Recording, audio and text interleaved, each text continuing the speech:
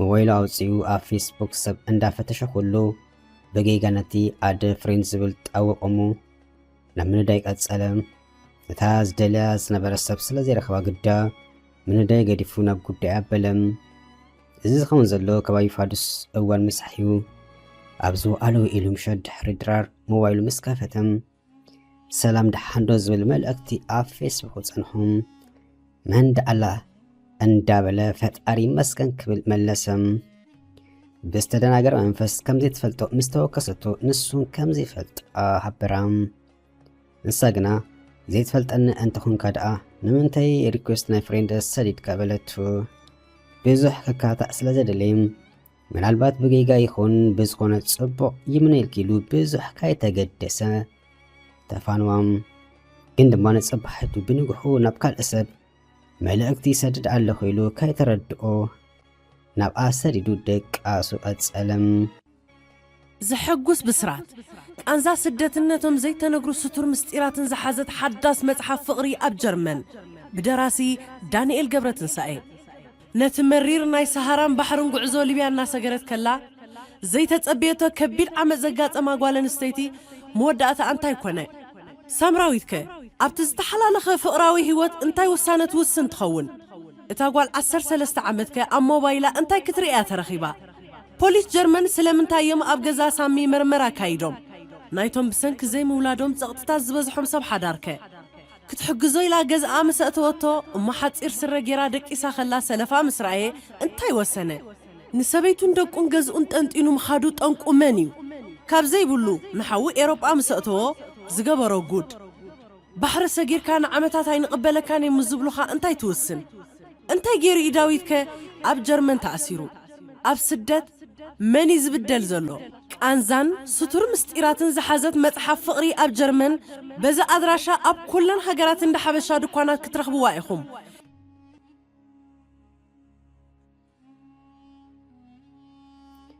ساعات أسرت حدا قدميك أتري خون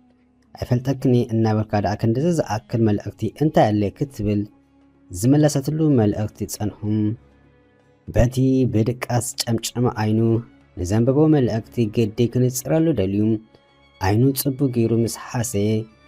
نهبتي زحاسة وسب زي كونس نابقى كامزل آخم تردقم بتعم دم حرقة قندما بوازا كحالفو سلز دليم من البات تاقدي سلكي خون كبل ملا سلام قد موبايلا أبيدا تسأل حكونا عيد حسابو كتبل بقصبات ملا ستلوم ما انترسون زخون سرح سلازي نبرو زير راسنا سقيلو إلا لقات سألم تراي تصبقتن نقرامني كيتب لنبلام قدنك أمبر نايس حق ملكة حاويسا سدرتلو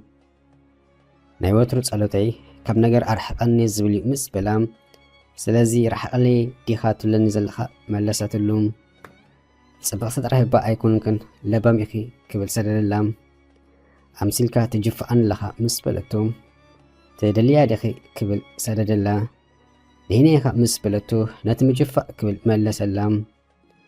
نزخونا نقر دورا ملسي كمزلو أيترس بزخونا سرح زلكا أيتمسلنا خاتشو قد زبل ملأكتي سدرتلوم شاولوا وراي كابدو كجبر بدد بلا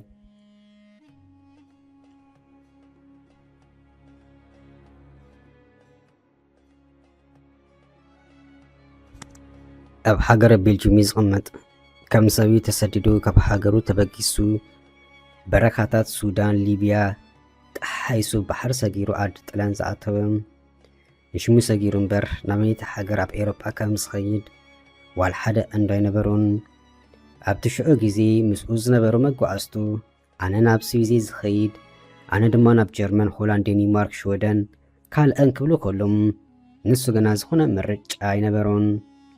أبعد تلان قرب تنفاس مسملسم حواتو بسددلو جنزب تحاجزو تكيت قريتسوم نابتي أن دابابور أمرحم نايقوان قاعد أغاني بلون مالت كاليسي ترف بإنجليس صب جيروم كرا داي خاليوم انتخونا فلما يسلز خونا كابت ماشناي تكيت قرص أي كألني مسكن زب كلهم كندز خوني خا يمان صاغا مس أقواح بها ንሓንቲ ኣብ 30ታት ትኸንጓል ጻዕዳ ዝረአየም ደፈሪሉ ተኬዶ ክትቆርጽለይ በላ ብእንግሊሽ ገይሩ ጸገም የለን ናበይ ኢኻ ደሊኻ ክትብል ምስ ናይ ድሙቕ ፍሽኽትኣ ተወከሰቱም። እዚኣ ሕቶ ንዝኾነ ሰብ ቀላል ተራ ሕቶ ክትኮን ትኽእል እያ።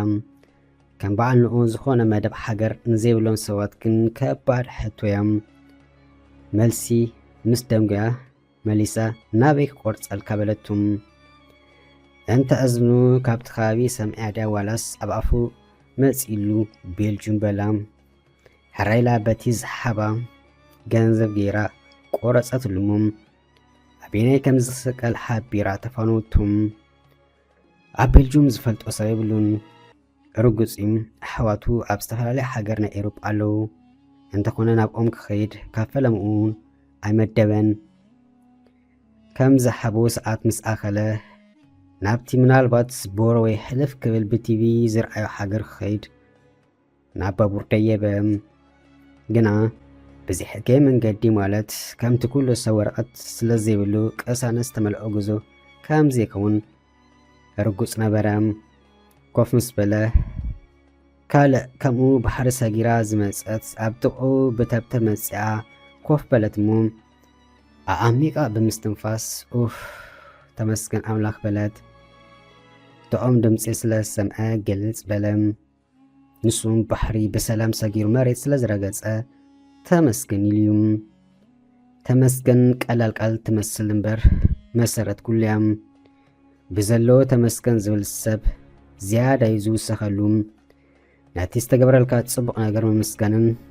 ድማ ሕልናይ ኣጋበቱን ይሕልወካ እዩ። ስለዚ ተመስገን ምባል ልማድካ ግበሮም። ተመስገን ፈጣሪ ነዚ ሓዳሽ መዓልቲ ክርኢ ዘብቃዕኻኒ። ተመስገን ፈጣሪ ማይ ክሰቲ ሓይሊ ስለ ዝሃብካኒ። ተመስገን ፈጣሪ ወፊረ ብሰላም ክኣቱ ስለ ዝገበርካኒ። ተመስገን ከምዚ ስለ ዝገበርካለይ ምባል ናይ ዕለታዊ መግብኻ ግበሮሞ ዝያዳ ክውስኸልካ እዩ። ጓልውን ደጋጊማ ሰብ ኣብ ጥቓ ከም ዘሎ ዘስተባሃለት ኣይትመስልንያ። ተመስገን በለት መመሊሳ ኣዓሚቓ እናስተንፈሰት ሽዑ ቁልሕ ኢላ ናበይኻ ክትብል ሓተተቶ። ሓንደበት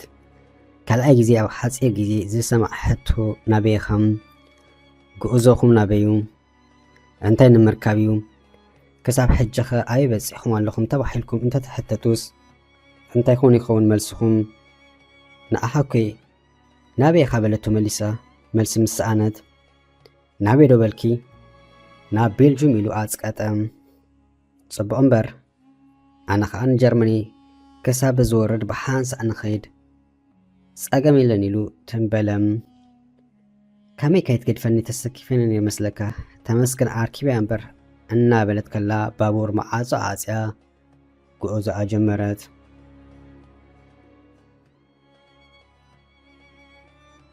ናቱ ጉዕዞ ህይወት እውን ሓደ ኢላ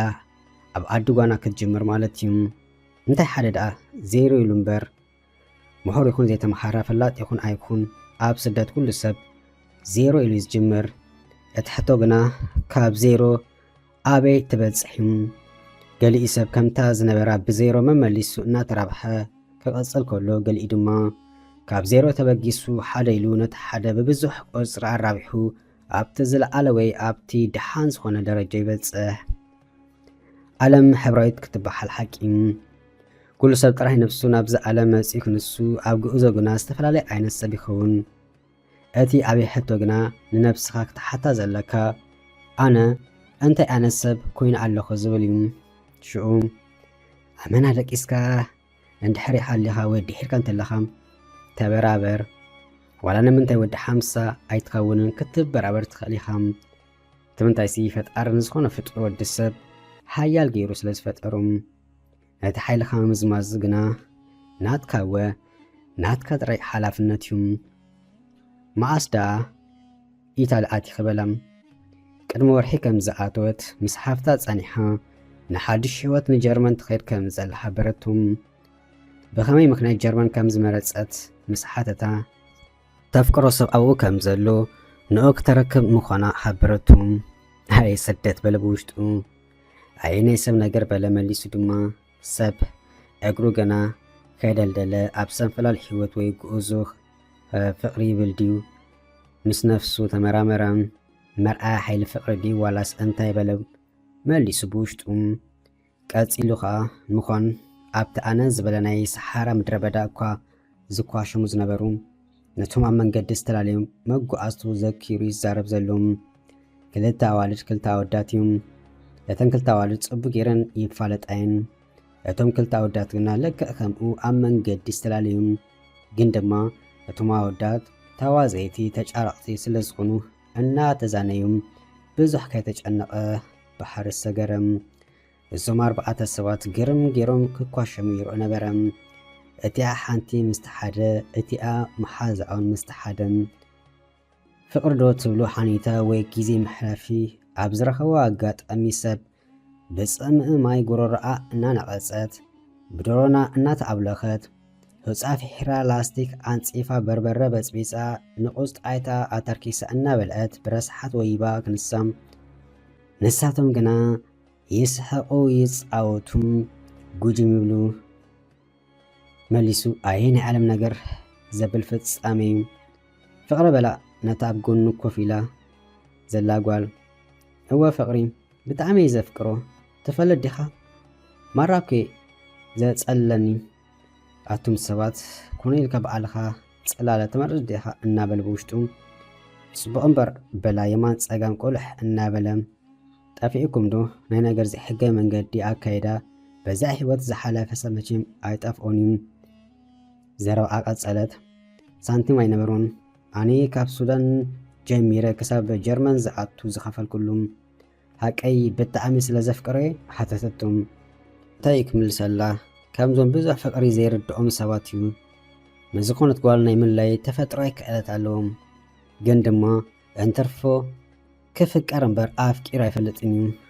ፍቕሪ ዝበሃል እንተኾይኑ ምስ ሓንቲ ጽቡቕ ጀሚሩ ነይሩ ንሱ ናይ ባዕሉ ፍሉይ ዛንታ እዩ ብዝኾነ ምስ ሓንቲ ጓል እንተሎ ነታ ቅድሚኣ ዝነበረት ጓል ፈጺሙ ኣይዝክርን እዩ ከምዞም ብፍቕሪ ተጸልዮም ሕይወቶም ኮነ ናብርኦም ፋሕፋሕ ዘብሉ ሰባት ኣይኮነን ንኣሓውከ በለቶ ምስ ደንጉያም ኣመና ስለዝታ ፍቅሪ እዩ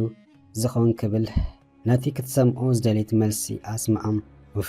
በጃሕ ገሊኦም የፈራርሑን ነይሮም ድዮም ብኸምኡ ከ ሰጊዐ ዘለኹም ካይጠልመኪ ማለት ድዩ እወ ምስ በለቶ እሞ ፍቕርኺ ኣብ ከውሒኺ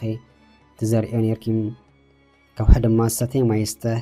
ከምቲ ዝደለ ብርሃን ፀሓይ ይርከብ ፍረ ከብቁል ፈጺሙ ኣይክእልኒ እውይ መልሓስካ ከፍእ ለበይ ሰርካ በለቶ ቁጠ ኢላ ምናልባት እቲ ትኸድዮ ዘለኺ ሰብ ከይሰብረክ እምበር ንዓይሲ ካብዚ ባቡር ምስ ወረድና ኣይክትረኽብኒ ኢኺ ምስ በላም ፍጻሜና ክትርኢ ኣይደለን ዲኻ በለቶ ፍሽኽ ኢላ እንተደሊኹም ተፋቐሩ እንተደሊኹም ተበኣሱ ጉዳይ ኣይኮነን ምስ በላም ኣታ ክንደይ ትጭክን በለቶ ኣይና ኣፍጢጣም ድሓር ከኣስ ህይወትኪ ክትልውጥ ዶ ኣይኮንኩን ተሰድድ ክበላም ኣይኮንኩን ምስ በለቶ እንታይ ደኣ ክብል ተወከሰም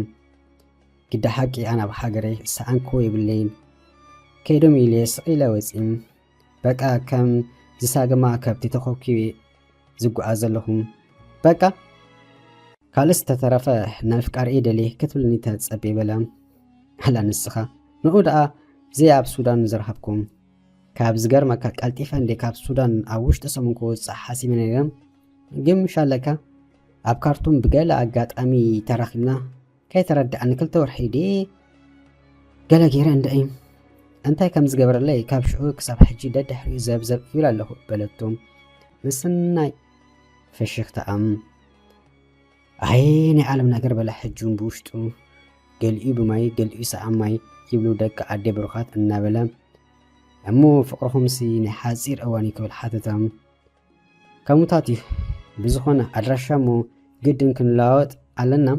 መፈጸምታና ግድን ክትርኢ ኣለካ በለቶም ስቂሉ ክሪኣ ከሎ ከም ገርሒ ዓይነት ሰብያም ውሽጣ ገና ዝኾነ ዘይተጻሕፉ ጥራዝ እዩ ኣብዚኣ ሰብ ሕማቕ ጽሑፍ ዝጽሕፍ ክፍኦ ሰብ ክኸውን ጥራይ ኣለዎም ከይትብደል ፈርሓላ ለባ ሕምሽሽ ኢሉ መሊሱ ነቲ ናይ ስደት ህይወት ከየክብደላ فرحة تسكفة أنتي كم سخون بالتعامي أدنجزتهم جرحنا رأفت أريك بلون بوشت تمحاس أنا اللام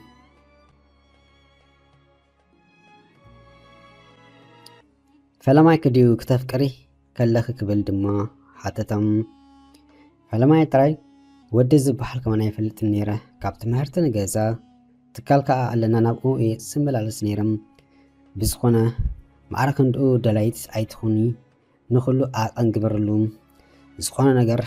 نزبازح نبقري زغير نسبلم نعبا قرف أيتفرحنا بلتو مسناي سكفت أنت مبال أيتسلقني ريخ لخي صبغتي حلاوي نفسه عم تحت فتقر زخونة سبب عليم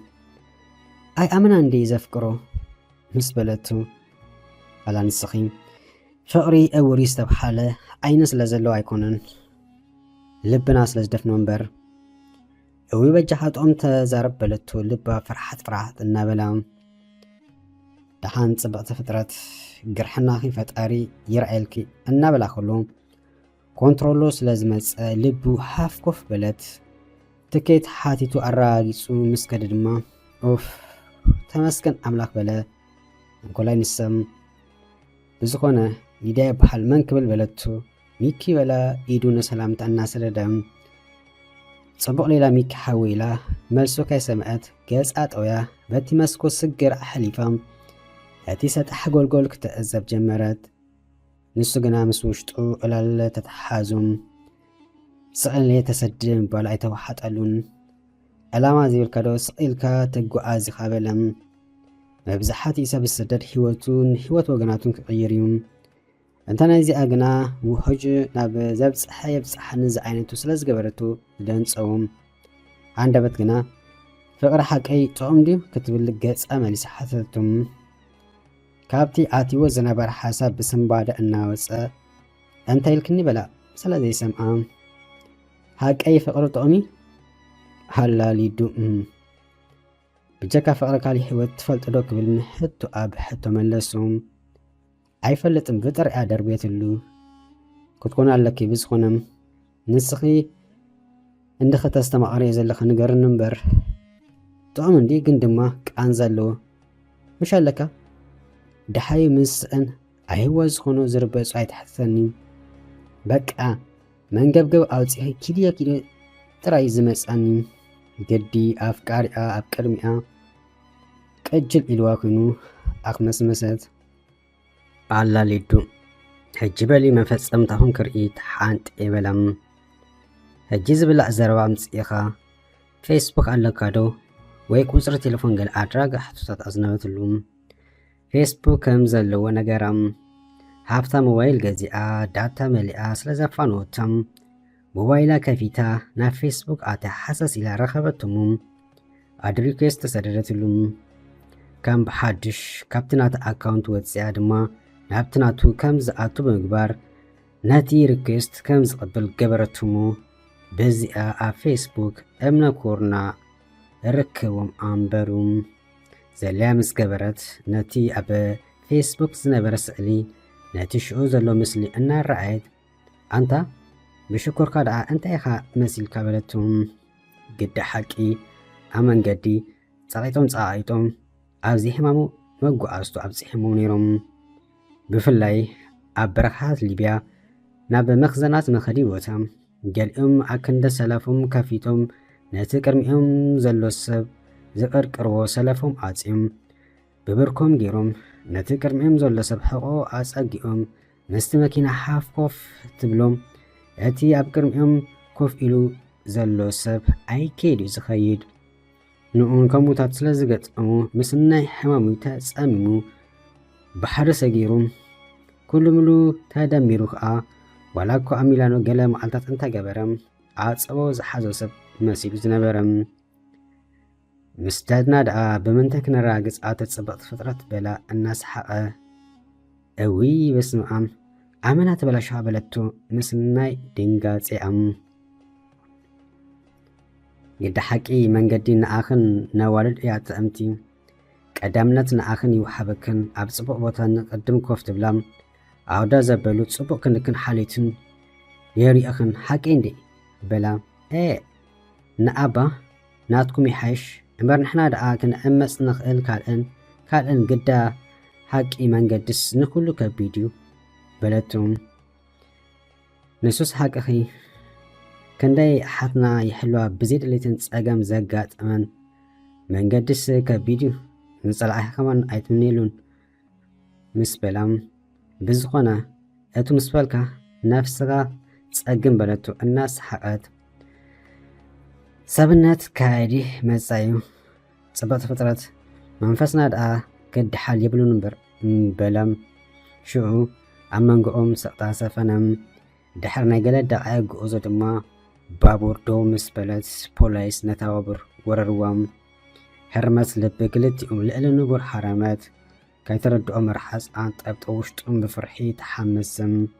عبيتوه بچنق التواترو كاب تدليو نجر كامر كامتراف زفت أو وتريم نس ولد أب زي مدام مالت زخونت تكون حجر يبلد أمبر حجز خدلا تكيد زقارس الله حجر الله توم إلام أودما ناب أنا بصحين بر أمن قدك تعرفن بوليس نبزو صدو كبلنا يكونن ليدها بوكنا جالس أفكار أكتري إنها تحمبت دوكو بالوازو حتى الله يكونن كنزخون يخاك أو حبح زبزهم يقداس قدن كراقع سلزلو ليدو تراقين بس يمكن يفرح ملكت كتر إبلا نفسه كاتب كام زلو بوشت ونا نقرم أوي ميكحاوي فرحين دمو بلتشو نايبلبا فرحهم كان ديك بيد زفرح من قدي حالفكي أبزي انت هتكون عجخي بلا بأمة عندما منات نيسب إن حدثو أتون بولايس يتسقوهم نبروم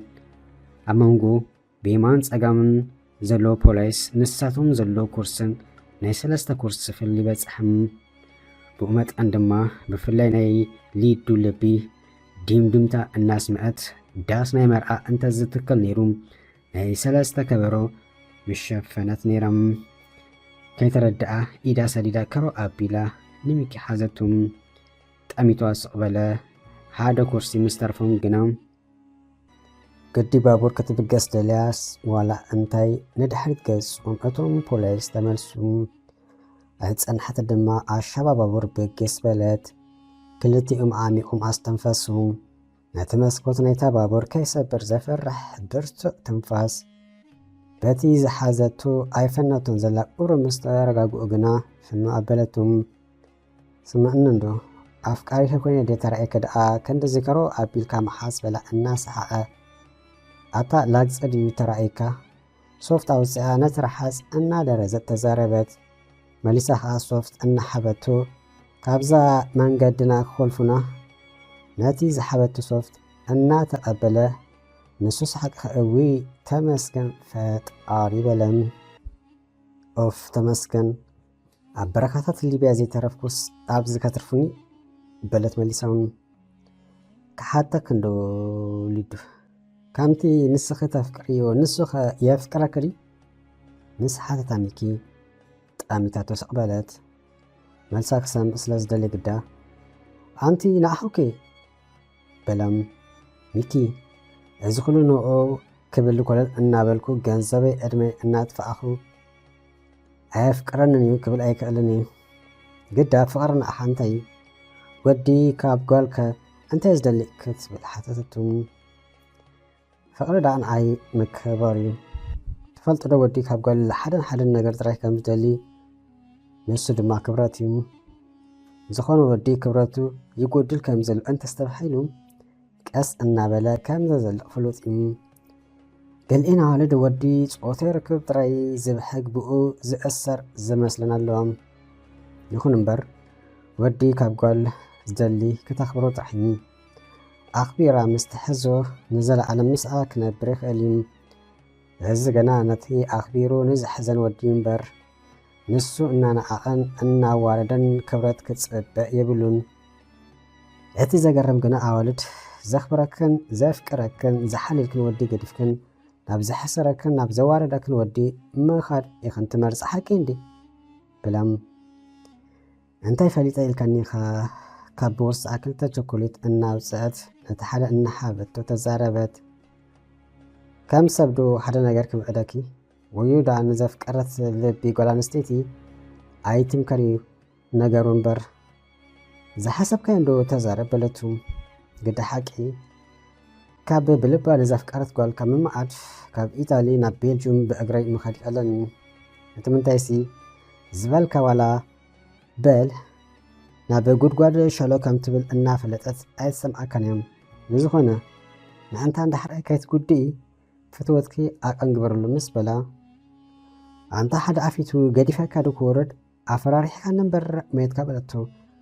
ኣተኪራ እናጠመተት። እንታይ ዘፈርሐለኪ ወሳኒ እምነት እዩ ይኣምኖየ ልቢ ሙስያ ዘላ እንተይልከ ደሓን ግና ሕጁን ሚዛናዊት ኩኒ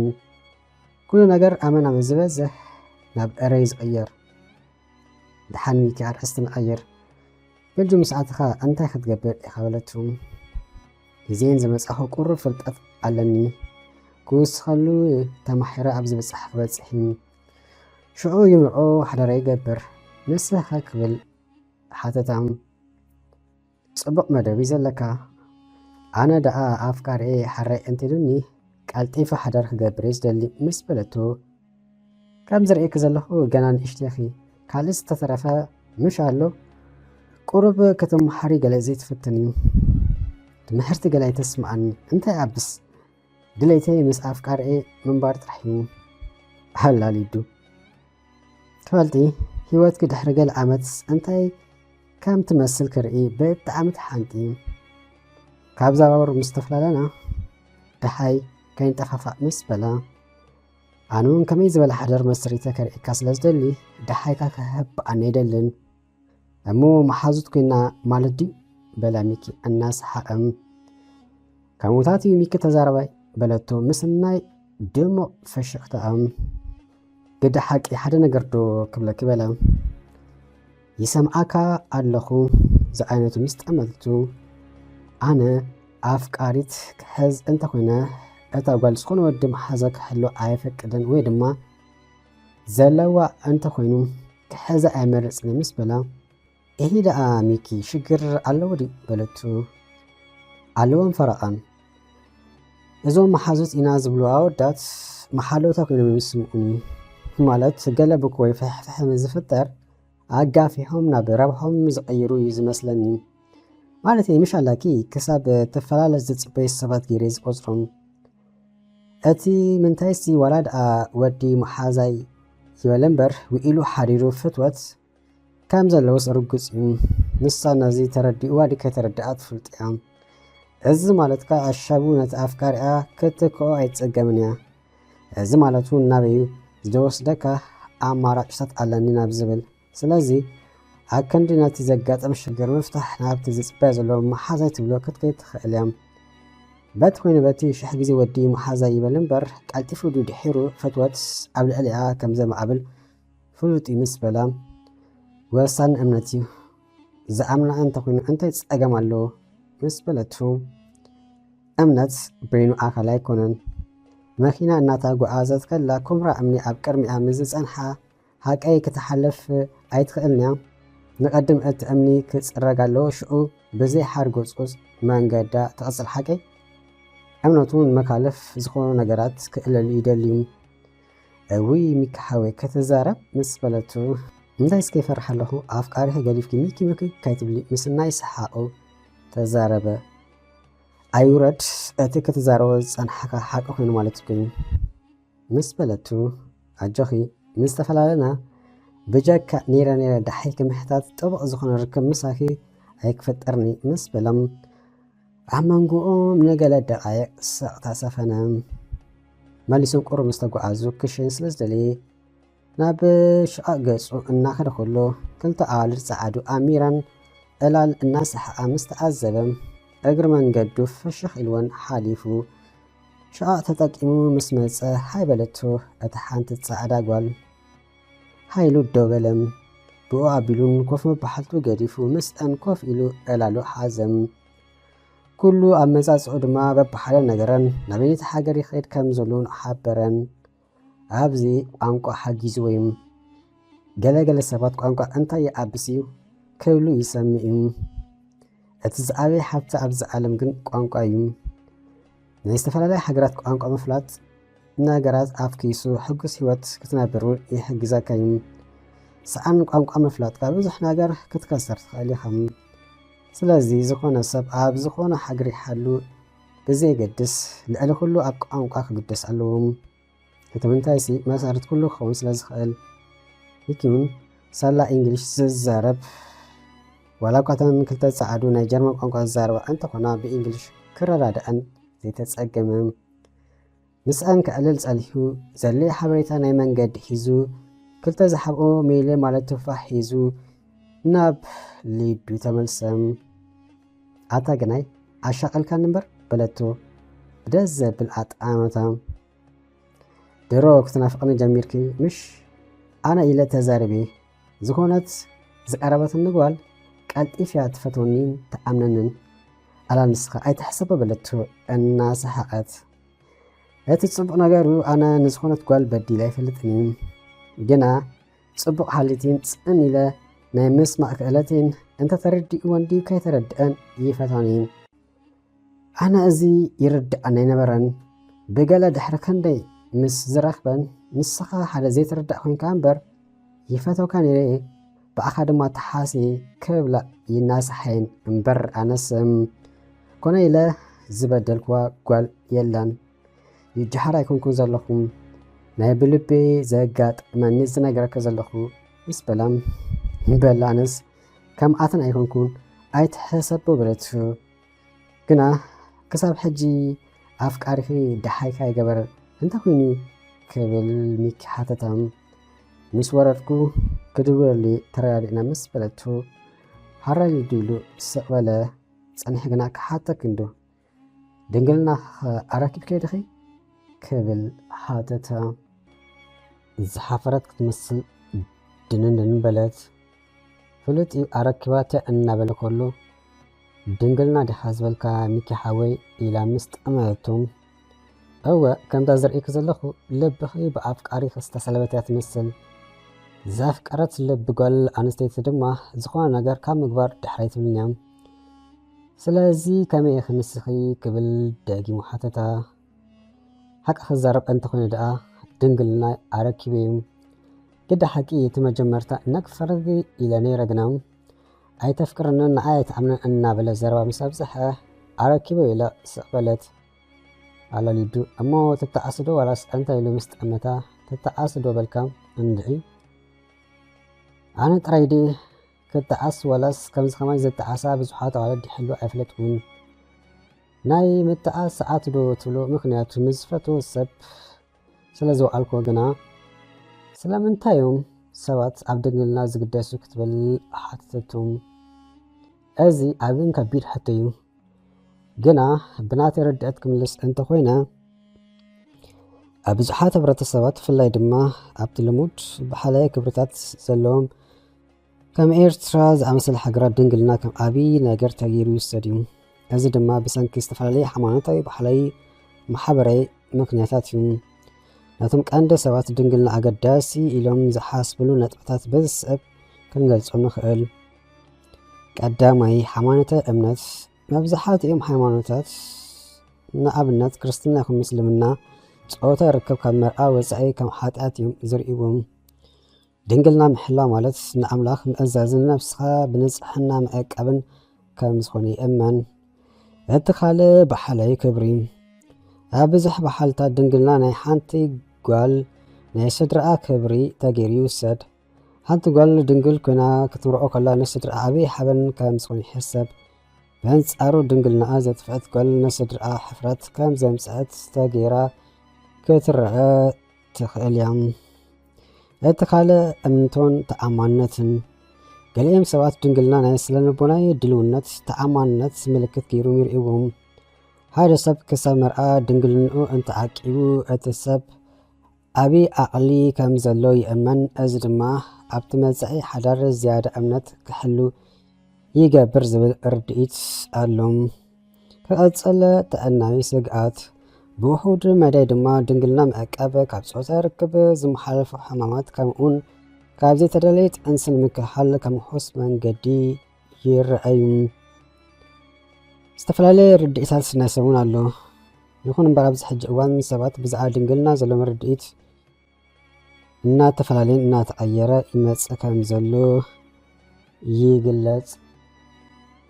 ኣብዚ ግን ኣገዳሲ ነጥቢ ኩሉ ሰብ ክርድኦ ዘለዎ ብሰንኪ ድንግልና ዘይምሕላዋ ዝኾነት ጓል ክትንፀል ወይ ክትዋረድ የብላን ይገርም ሃራይስከ ሕሉፍ ናይ ጓል ንወዲ የገድሶ ድዩ ክትብል መሊስ ሓተተቱ ኣላ ሊዱ ሕሉፍና መስታየት መፃዒና እዩ ብዙሓት ሕሉፈይ ኣየገድሰኒ ዘለኽዎ ክብላ ይስማዐን ዋላ ወዳት ብርግፅ ዘለኻዮ ኩነታት ኣገዳሲ እኳ እንተኾነ ሕሉፍካ ንመፃኢኻ ክፅዕሎ ግድን እዩ ንሕቶኺ ንምምላስ ዝኣክል ሕሉፍኪ ፀላሎት ኮይኑ ደድሕዳኺ ከምዚ ሰብ ዘይምርሳዕ እሞ ብዝሓለፈ ክንፍረድ ማለት ድዩ ደቂ ሰባት ካብ ጊጋና ዲና ካብ ተመክሮና እናተምሃርና ኣይኮናን ዲና ንመፅእ ምስ በለቱ ንሕቶኺ መሊሰልክ እምበር ሊዱ እስርቲ ሕሉፍኪ ኢኺ ኣይኮንኩን ዝብል ዘለኹም ከምቲ ዝበልክዮ ንሕሉፍኪ ከም ቤት ትምህርቲ ቆፂርክ ንዝያዳ ንፀበቕ ሂወት ክትፅዕር ኣለክ እምበር ብኡ ተፃሊኺ ሂወትክን ሂወት መፃመድኽን ከተበላሹ የብልክን ብፍላይ ነቲ ወዲ በዓልኺ ብዝገደፍክዮ ስንብራት ሂወቱ ቁንቁል ኣፋ ከደፍዕሉ ኣይግባእን እንታይ ክብለኪ ሕሉፍኪ ፅቡቅ ይኹን ሕማቕ ብዘይገድስ ሓላፍነት ትወስድሉ ንስኺ በዓልኺ ኢኺ ስለዚ እንታይ ዝገብር ዘለኹ ኢሉ ነፍሶ ከብ ሰብ ንገዛእ ነፍሱ ክሓትት ይግባእ ምስ በላ ግና ክትዛረብ መዓትኻ ሚኪ ምስ በለቶ እናዛረብክንስ ክትዛረብ መዓትኻ ትብላ ኣለኺ ብዝኾነ ዝበፅሕ ሓይለ ኣብ ምስማዒሉ ይዱም ዓሻ ሰብዩ ስቂሉ ዝልፍልፍ ብኡ መጠን ድማ ክብረቱ ይጎድል ስቂልካ ዶ ትሰምዕ ኣለኻን ድሓር ኣብ ዘድሊ ነገር ኣፍካ ምስ ትኸፍት ዝያዳ ካልእ ሰብ ንስኻ ኢኻ ሚዛን ትረክብ ምስ በላ እንታይ እስከ ይፈርሕ ኣለኹ እንታይ ምስ በላ ቀልጢፈ ደኣ ክወርድ እምበር ፍቕሪ ከተተህዘኒ ምስ በለቶም ብዘይ ሕጋይ መንገዲ ተሓቢኡ ይኸይድ ከም ዘሎ ዝረስዕን ክመስል ብስሓቅ ነታ ባቡር ኣናወፃም ብዘይ ምቁራፅ ንሓደ ደቂ ዝኸውን ስሒቑ ይኸውን እዩ ሰሓቑ ኣስሓቓ ኩሉ ነገር ዝረስዑም ዝመስሉ ኣብቲ ሕሞት ዓለም ብጀካ ሓጎስ እምበር ካልእ እንተዘይሕሉ ዘብል ኮነ ኩሉ ዝሓለፈ ከቢድ ናይ ስደት ጉዕዞ ዝረስዑም ዝመስሉ ሰሓቑ ከዓግት እናፈተነ በቃ ሓደ ኣፊቱ ንኣፍቃሪኺ ገዲፍክስ ምስ በላ ይፃወት ዘለኻታ በለቶ ከምኡ እንተኾይኑ እሞ ስቂልኪኺ የፍቅሬ ድንግልና ሂወት ትብል ዘለኺ ምስ በላ ኣይውረድ ሚኪ ሓዊ ኢላ ስቕበለት ቁሩብ ምስ ተጓዓዙ እውን ደቃ ስለ ዝመፃም ከይተረድኣ ኣብ መንከቡ ተደጊፋ በጥበለት ንዝርኦም ሰባት ምናልባት ዓመታት ዘፋለጡ ይመስሎም ይኸውን ነሳቶም ገና ሸዓዮም ኣብ ባቡር ተፋሊጦም እታ ኮፍ ኢሎማ ዘሎ ቦታ እያ ኣፋሊጣቶም ምፍጣራ ኣይትፈልጥን ዝነበሩ ሂወት ግና በብመንገዶም ሂዛ መፅያ ኣብ ሓደ ኩርሲ ኮፍ ኣቢላቶም ኣላ መን ይፈልጥ እዞም ሰባት ፍቁራት ክኾኑ ይኽእሉ መን ይፈልጥ እዞም ሰባት ልክ ከም ኣሕዋት ክኾኑ ይኽእሉ መን ይፈልጥ ንሳውን ናብ ጀርመን ዝሓሰበቱ ናብ ቤልጅም ምስኡ ትኸይድ ትኸውን መን ይፈልጥ ንሱን ቤልጅም ገዲፉ ኣብ ጀርመን ይተርፍ ይኸውን ሂወት እንታይ ሒዛትልካ ከም ትመፅእ ስለ ዘይፍለጥ ኣብ ዝኾነ ሰዓት ተስፋ ኣይትቑረፅ ክበሃል ሓቂ ሂወት ወዲ ሰብ ኣብ ሓንቲ ካልኢት ትኹን ክትቅየር ስለ ትኽእል ዝኾነ ሰብ ኣበይ ሓሉ ብዘይገድስ ተስፋ ዝበሃል ክቆርፅ የብሉን ጥራይ ዝከኣለካ ክትገብር ኣለካ እቲ ዝተረፈ ኩሉ ንፈጣሪኻ ክትገድፎ ዘለካ ናብ ዝሓሰብከይ ዕላማ ክትበፅሕ ሽሕ ግዜ ተስፋ ዘቆርፅ ነገራት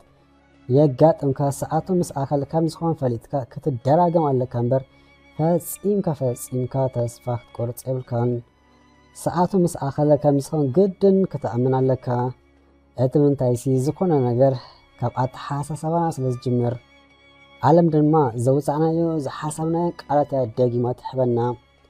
ሕማቕ ጥራይ ተሓስብ እንተሓሊኻ ሕማቕ እያ እናባኻ ተብሎ በንጻሩ ፀፅብቆ ምስ ተሓስብ ፅቡቕ ናባኻ ተብሎ ስለዚ ኩሉ ግዜ ንነፍስኻ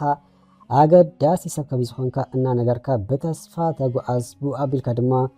نزأمن كالو إلمات على سمو وزعيتو ساعاتو مساخلة كترخ ويخم قدن كأنبر قالا دعاء مستقوازو سنبيدا كابدك استبرابرتمو يمان ساقم أقحبحات هيدا لدو دحان دي خبلا اوف بسمعام كحلمو كيس انحبلتو عشابانا بحلمي كمزعاتوت انا تقرم اي لدو قرح لبا بلا بوشت اي قربنا دينا كدعا بلتو مليسام امتحان قريبنا بسخون يدو دق اسكك اصل بلام كاي صمو كابا مسبلتو فشخ انا بلت مسس حق خمس بلغنا نافق ينبر نافق ارئي مسبلتو ناون دخت خد زلخي دحار كا قريخي خمس بلا مسس حق كدوللو يمسلك بلتو كدوللو تخلي خمس بلا كسب زورد من كتصبيلا مش دولت له اي تقبلان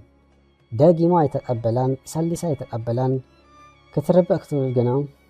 دقيسو اي رعاين خل وي ابقلا وصيخون مصر ايا كملاسكي مسبلام كما حمش مسبلتو هو افقاريتو تاخلي اموخا امن قد خمزلخ انا فلتام ثلاثه غيزي دويل كله انا سمعس كبلسي ايكلني مسبلام هر الى سقبلت جنا موبايلا كامت امات اديو علتن نازل مصر اي ميكي ليدو حقي تشرشيركي علخي كدولالكي دحن اقل جبر مسبلا الناس حقه اتا جناي استبحي كلمش اي بتعامل دي زف قرعه ميك حوي مسبلتو دحنت شاغر كدولي مسبلا مو ميك حوي حان سبدو نمود اتا كفتنا مسبلتو ليدو ولا ميت جزي فتنلو ناي املكتنني نسخنا اي وال حدي ايكون كن دلاي كن مغبر ጉዳይ ናት ኪምበር ናታ ኮናን አብዘ መልከተን ነገር መጣው ደስ አይብለንኒ ከም ሰብ ግና ምኸረኒ አንተልክኒ ምስር አያ ይደውል ብስበልኩ خمس በላ እዊ ዘረባህ ከፍ እዚ ሁሉ ናይ ውሽጥ እና አላልኩ ካስ ጉዳይ ኮናን ትብለን ግና ይበለቱ በሕዝ መንፈስ ልዱ አይት ኮሪ ሃቂ ነጊረኪ دحان بقى دولو نزي أدخي دلي خمس بلا كموبل إلى نب أفكار أمس دولت حيلو من كبل كتبل ناي قوالا مستيت الدمس يتقبلام بزي لبا لدو تليفون عاسيا نام ميكي تأمتت ميكيون بسنبر إحدا أكبر حتتام أنت إسكا إلى سقبلت أنت إذا أنتو مستأمتا قال ان تقبلتني اوي انا زي رخو زي بلي بلد انت مو قال انت تقبلتك زربا راخي بالك دخا نافقاري دويلسي قال كتقبلني مسبلتو زخونه تخون نقدم سمعي يا دخي مسبلا اتاميكي اووا ايتبلي مجمرتا ازاربيا مسبلا كيف توت ملسه دولت افكاري تشارج كجبرا قديفوا مسي ارختو امني افكاري ገዛ ገዲፎ ከምስ ኸደስ ለዝ ነገረታ ጎቦ ልባ ኮይና ነቲ ዘጋጥ አማምስ ነገረቱ ንሚኪ አትጓል ፍትወትኪ አንግበሩ ይብለክለኹ ጽባሕ ንግሑ ኣብ ከቢድ ጸገም ካይትወድቅ ምስ በላም ጓል ምስተቀበለትን ከመይድ የተሻሽለ ጸኒሕ ኡፍ ኢላ አዕሚቃ አስተንፈሰት ጓል ከተፈቀረን ክትጸልእን ኮላን አይርኤና እና በለበውሽጡም ስቅበለ بابورون استفالي بوتا ان حلفت جرمان بصحت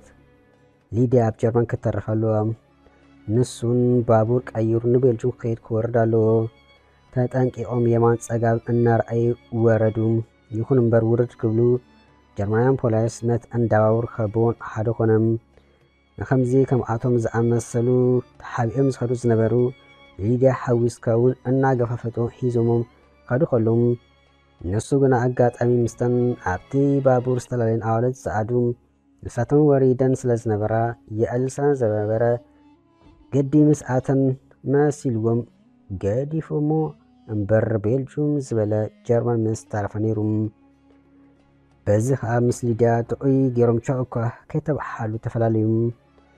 ንሱም በሐገዝ እተን ሰዓዱ አውለት አንፈቱ አማራሪም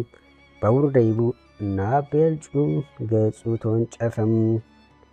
بزي زخونه ጸገም አሙድ አቶም ቤልጁም አትዩ ንፖሊስ ይድሂቡ ናብ ዝብጽሕ ኣብጽሕዎ استفعلي انترفيوات جيرو دما دحر أوارح منبر فقاد حبو جزاون رخبة هيوت بيلجم هذا إلو جمرم مستنيت حجر سيستمون كو حد كيزيا وسدلون ቋንቋ ቀልጢፉን ክመሓር ጀመረ ተረጋጊ ኣብ ዝበለሉ ሰዓት 2 ዓመት ኣብ ቤልጅየም ምስ ገበረ እምበኣር ንሊድያ እንዳደለየ ኮሎ ነታ ጓል ከይተረድኦ ኣብ ፌስቡክ ፍሬንድ ሪኮስት ሰደደላም ምስ ሊድያ ኣብዘን 2 ዓመት ካብ ዝተፈላለየ ድሓ ፈፂሙ ኣይረኸበን ቴሌፎን ተሰራቶ ኮይና ናብ ፌስቡክ ኣትዋ ይከኣለን እቲ መእተዊ ፓስፖርቱን እንታይ ከምዝኮነ ረሲኡ ሓድሽ ፌስቡክ ድሕሪ ክንዲ ኣውፂኡ በዝን ካልእን ብናቱ ጉዳይ ተወጢሩ ስለ ዝነበረ ገዲ ሓቁን ክንደቲ ኣይተገደስላ ነይሩ ምስ ተረጋግአ ግና ኣታሊዱ ከመይ ኩናት ትኸውን ምስ ኣፍቃሪኣ ተራኺባ ዶ ጥዑም ፍቕሪ ተሕልፍ ኣላ ዶ ገለ እናበለ ምስ ነፍሱ ክመራመር ጸኒሑ ድሓያ ዘጊብር ኢሉ ኣብ ፌስቡክ ሓሳብ እናበለ ኮሉ ምስ ካልእ ጓል ሃንደበት ዝተላለዩ ኣታ ሽፍታ ክትበጠታ ብዘይፍላጥ ኣብ ፌስቡክ ዝተላለይቶ ሰብ መልእክቲ ዝሰደደትሉ ሞባይሉ ኣብ ኢዱ ስለ ጸንሐት ትላኽፍንላኽ ክብል ብቅጽበት መለሰለም ሓሲበካ ድሓካ ክገብር ኢለ የበለቱም ጽቡቅ ጌርኪ ዘይሰብ ሎሚ ኣብ ቀረባይ ክብል መለሰላም ማለት ክትብል ሓተቶ ክድውለልክ ዶ ምስ በላ ተኽእሊኻ ምስ በልዕቱም ደወለላ ድምፃ ፍሉዩን ጥቕምን ኮይኑ ረኸቡ ብኣቢሉን ንዓዳ ንቃል ዓለም ዘይኮነ ናይ ብሓቂ ነጊርዎም በናይ ሕፍረስ ስምዒት የጠንል በለትሙ ሰብ ኣብ ቀረባ ክትብል ከለኻም እንታይ ማለት ከይ በለቱ ማለት ዳ ብፍላይ ኣብ ጥሓ ዘሎ ሰብ መዝድብለልካ እናረኣኻ ሰምዓኻ ሰኣይ ትበል ብፍላይ እቲ ሰብ በይኑ ዝነብር እንተኮይኑ እቲ ሰብ ገለ ሕማቕ ነገር ኣጋጢሙ ሓገዝካ ደልዩ ክኸውን ስለ ዝኽእል ክላ ኢልካ ስቕ ዘይምባል ዋላ ከም ገለ ኢልካ ተጸጊምካ ትቕበሎ ድሓዩ ተሓትት ዝሕውኽ እንተኮይኑ ከምለሰከ ኢልካ ትፍለዮ ኣብ ዝተዓመከ እዋን ድማ ክትምለሶ ተኸዲኻም እምበር ሰዓናትካ ቴሌፎን ምቕባልካ ሕማቕ ከጋጥሞ ስለ ዝኽእል እናሰምዓኻ እናርኣኻ ሸላል ክትብልሲ ጽቡቕ ኣይኮነን ምስ በላም ለበም ኢኻ ባ በለቶ ወሲኻውን መን ሞሽምካ ክትብል ሓተተቱም ሚኪ ምስ በለ ኣነ ከዓ ረሓዋ በለቱ እንታይ ደኣልዩ ዝብል ምስ በላ ናይ ፌስቡክ ሽምኪ ብጉዳያ ከምኡ ከም ዝገበረቱ ነገረቱ በዚኣ ድማ ናይ ሽዑ ዕላሎም ኣፀውም ይኹን እምበር እቲ ዕላሎም ብኡ ኣይተኣፅወን ቀስ ብቐስ እናምዓበለ ናብ ዝለዓለ ደረጃ በፅሖም ነሳ ኣዲስ አበባ ንሱ ድማ ቤልጅየም ኮይኖም ዝዕልሉ ዝነበሩ ንሳ ኣብኡ ፕሮሰስ ትጽበ ነይራ ከምዚ ዘይተጨነቐ ሰንቲ ዓይነት ጓልያም ብዓብኡ ድማ ልቦና ኣለዋ ከምዚ ጎርሕ ኮላስ ገርሕ ዓይነት ሰብ እዮም ማለት ገብሮ ትፈልጥ ኣመዛዛኒት ዓይነት ሰብ እዮም ኣይጸልኣን ክበሃል ከሎ ግና ከም ተራ ሰብ ክዕላ እምበር ፍትወት ኣይኮነን ግዲ ሓቂ ኣብ ጥቑ ዝዕለን ኣዋልድ ኣይሰኣንን ግን ምስኣ ክዕልል ከሎ ይባሕ ዝብሎም ካብ ኩሉ ኣብ ነፍሲ ወከፍ ነገር ተስሕቆ በጣዕሚኡ ዝግረመላም ካብ ትምህርቲ ተፈዲሱ ምስ ኣይ ዝዕልል ኣብ መንገዱን ከምኡ እዚ ክበሃል ከሎ ግና ናብርኡ ኣይረስአን ምእንቲ ርእሱ ንቴክኖሎጂ ቀረባ ስለ ዝጸንሐ ዝኾነ ነገር ኣብ ቤልጅየም ኣይከበዶም ካብ ነፍሱ ሓሊፉ ንብዙሓት ሓጊዙን ናይ ብዙሓት ህይወት ኣማሓሹን እዩ ሃገዙ ደልዩ ኢዱ ንዘርግሐሉ ሰብ ወዲኹም ጓል ብዘይገድስ ይሕግዝ እዩ እንተ ንሊድያ ግና ፈፂሙ ኣይረኸባን ኣብ ፌስቡክ ደጋጊሙ ፈቲሹ ሓደ ዘትረፎ ነገር እንተሎ ምስ ረሓዋ ምልላዩ ሓደ መዓልቲ ምስ ረሓዋ እናዕለለ ከሎ ኣነ ንኣኺ እንተ ዝምርኦ ደስ ምበለን ነይሩ ዝብል መልእክቲ ሰደደላም ከምዚ ናይ ሰሓቕ ምልክት ምሽ ኣሎ ኣንዊሓ ሰደደትሉ እንታይ ደኣ ክብል ሓተታ ንፆታሉ ከምኡ ኢሉ ሰዲዱላ ዝነበረም ኣብ ውሽጢ ዘሎ ስለ ዝበልካ ክትብል መለሰትሉ ንፆታሉ ይላገጽ የለኹን ምስ በላም ተጽላእ ሰብ ኣይኮንካን ኣይጸላእኻን በልካቲም እሰረለይ ክትብል መልእክቲ ሰደደትሉ ስእሊ ናይ ቀለቤት ካብ ጎግል ደልዩ ሰደደላም ቬሎኮ በለቶ ሕጁን ስእሊ ኣውሪዱ ሰደደላ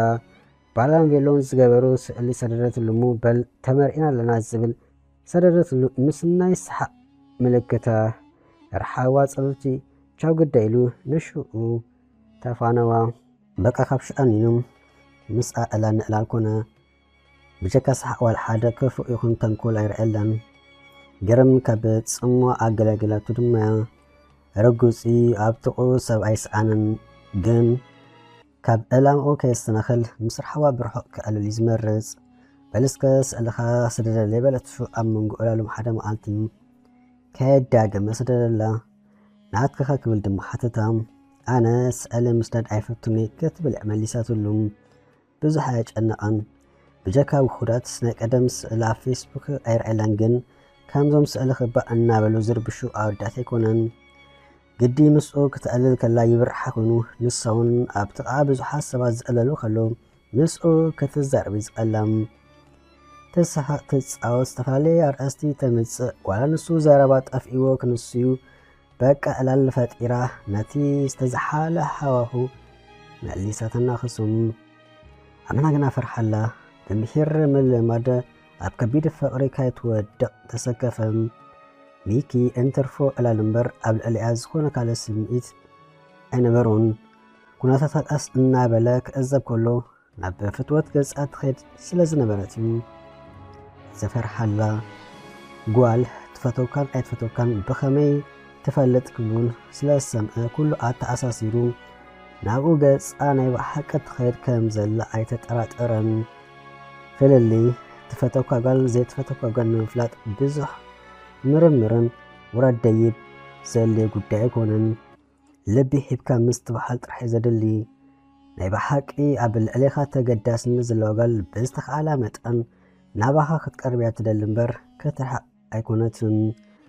ዝኾነ ምክንያት ፈጢራ ብቴሌፎን ይኹን ብኣካል ክትረኽበካ እያ ትደሊ ሰደድካዮ መልእኽቲ ሞባይላ ኣብ ኢዳ እንተላ ማለት ትሪኣ እንተላ ኣብ ቋሓሰም ግዜያ ትምልሰልካ ደወልካ እውን ምስ ፍጥነት ድምፂ ተቀዳዲምያ ተቐበሉ እታ ዘይትግደሰልካ ጓል ግና ካብ ንኣኻ ትምልስ ዝጀመረታ ፊልም ክትውድእ ቀላም ትፅቢት ነዊሕካ ረብሪብካ ናብ ካልእ ጉዳይካ ምስ ከድካ ዕድለኛ እንተኾንካ ድሕሪ ክንደይ ትምለሰካ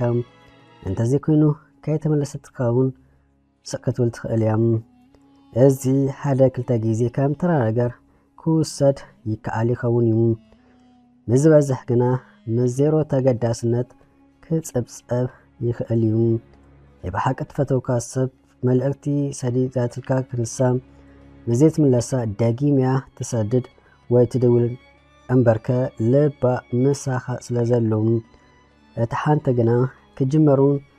ትደውል ወይ መልእኽቲ ትሰድድ ገለ ነገር ካባኻ ምስ ትደሊ ጣሒሙ ሽዑ ድላያ ክሳብ ትረክብ ትሕወኻካ ትኸውን ኣብ ተራ ግዜ ግና ክጅመሩን ፈፂማ ንሳነት ዕላል ኣይትጅምሮን እያ ምሽ ኣይመለስካ ኢላ ካልኣይ ግዜ ክድውል ትፈተውካ ጓል ሽምካ ኣብ ዝኸደቶ እያ ተልዕሎ ንሓዋ ከይተረፈ ብሽምካ ክትፅወት ትኽእል እያ ትፈተውካ ጓል ካባኻ ተሓብኦ ነገር የብላን ትፈተውካ ጓል ንበል እሞ ብዛዕባ ካልእ ወዲ ኣብ ቅድሚኻ ተዛሪባ ግና ምስኡ ዘለዋ ርክብ ከይሓተትካያ ተቀዳዲማ በዓላ ተብርሓልካ ንኣብነት ትብል ግና በዓል ሓዳር እዩ እኮ ኢላ ዝበልካዮ ዘይብልካ ከለኻ ተነፅረልካ ትፈተውካ ጓል ኣብ ካልእ ነቓፅ ከላ ኣባኻ ምእዝዝትያ ትኸውን ትፈተውካ ጓል ሓጋዝካ ክትኮን እያ ትፅዕር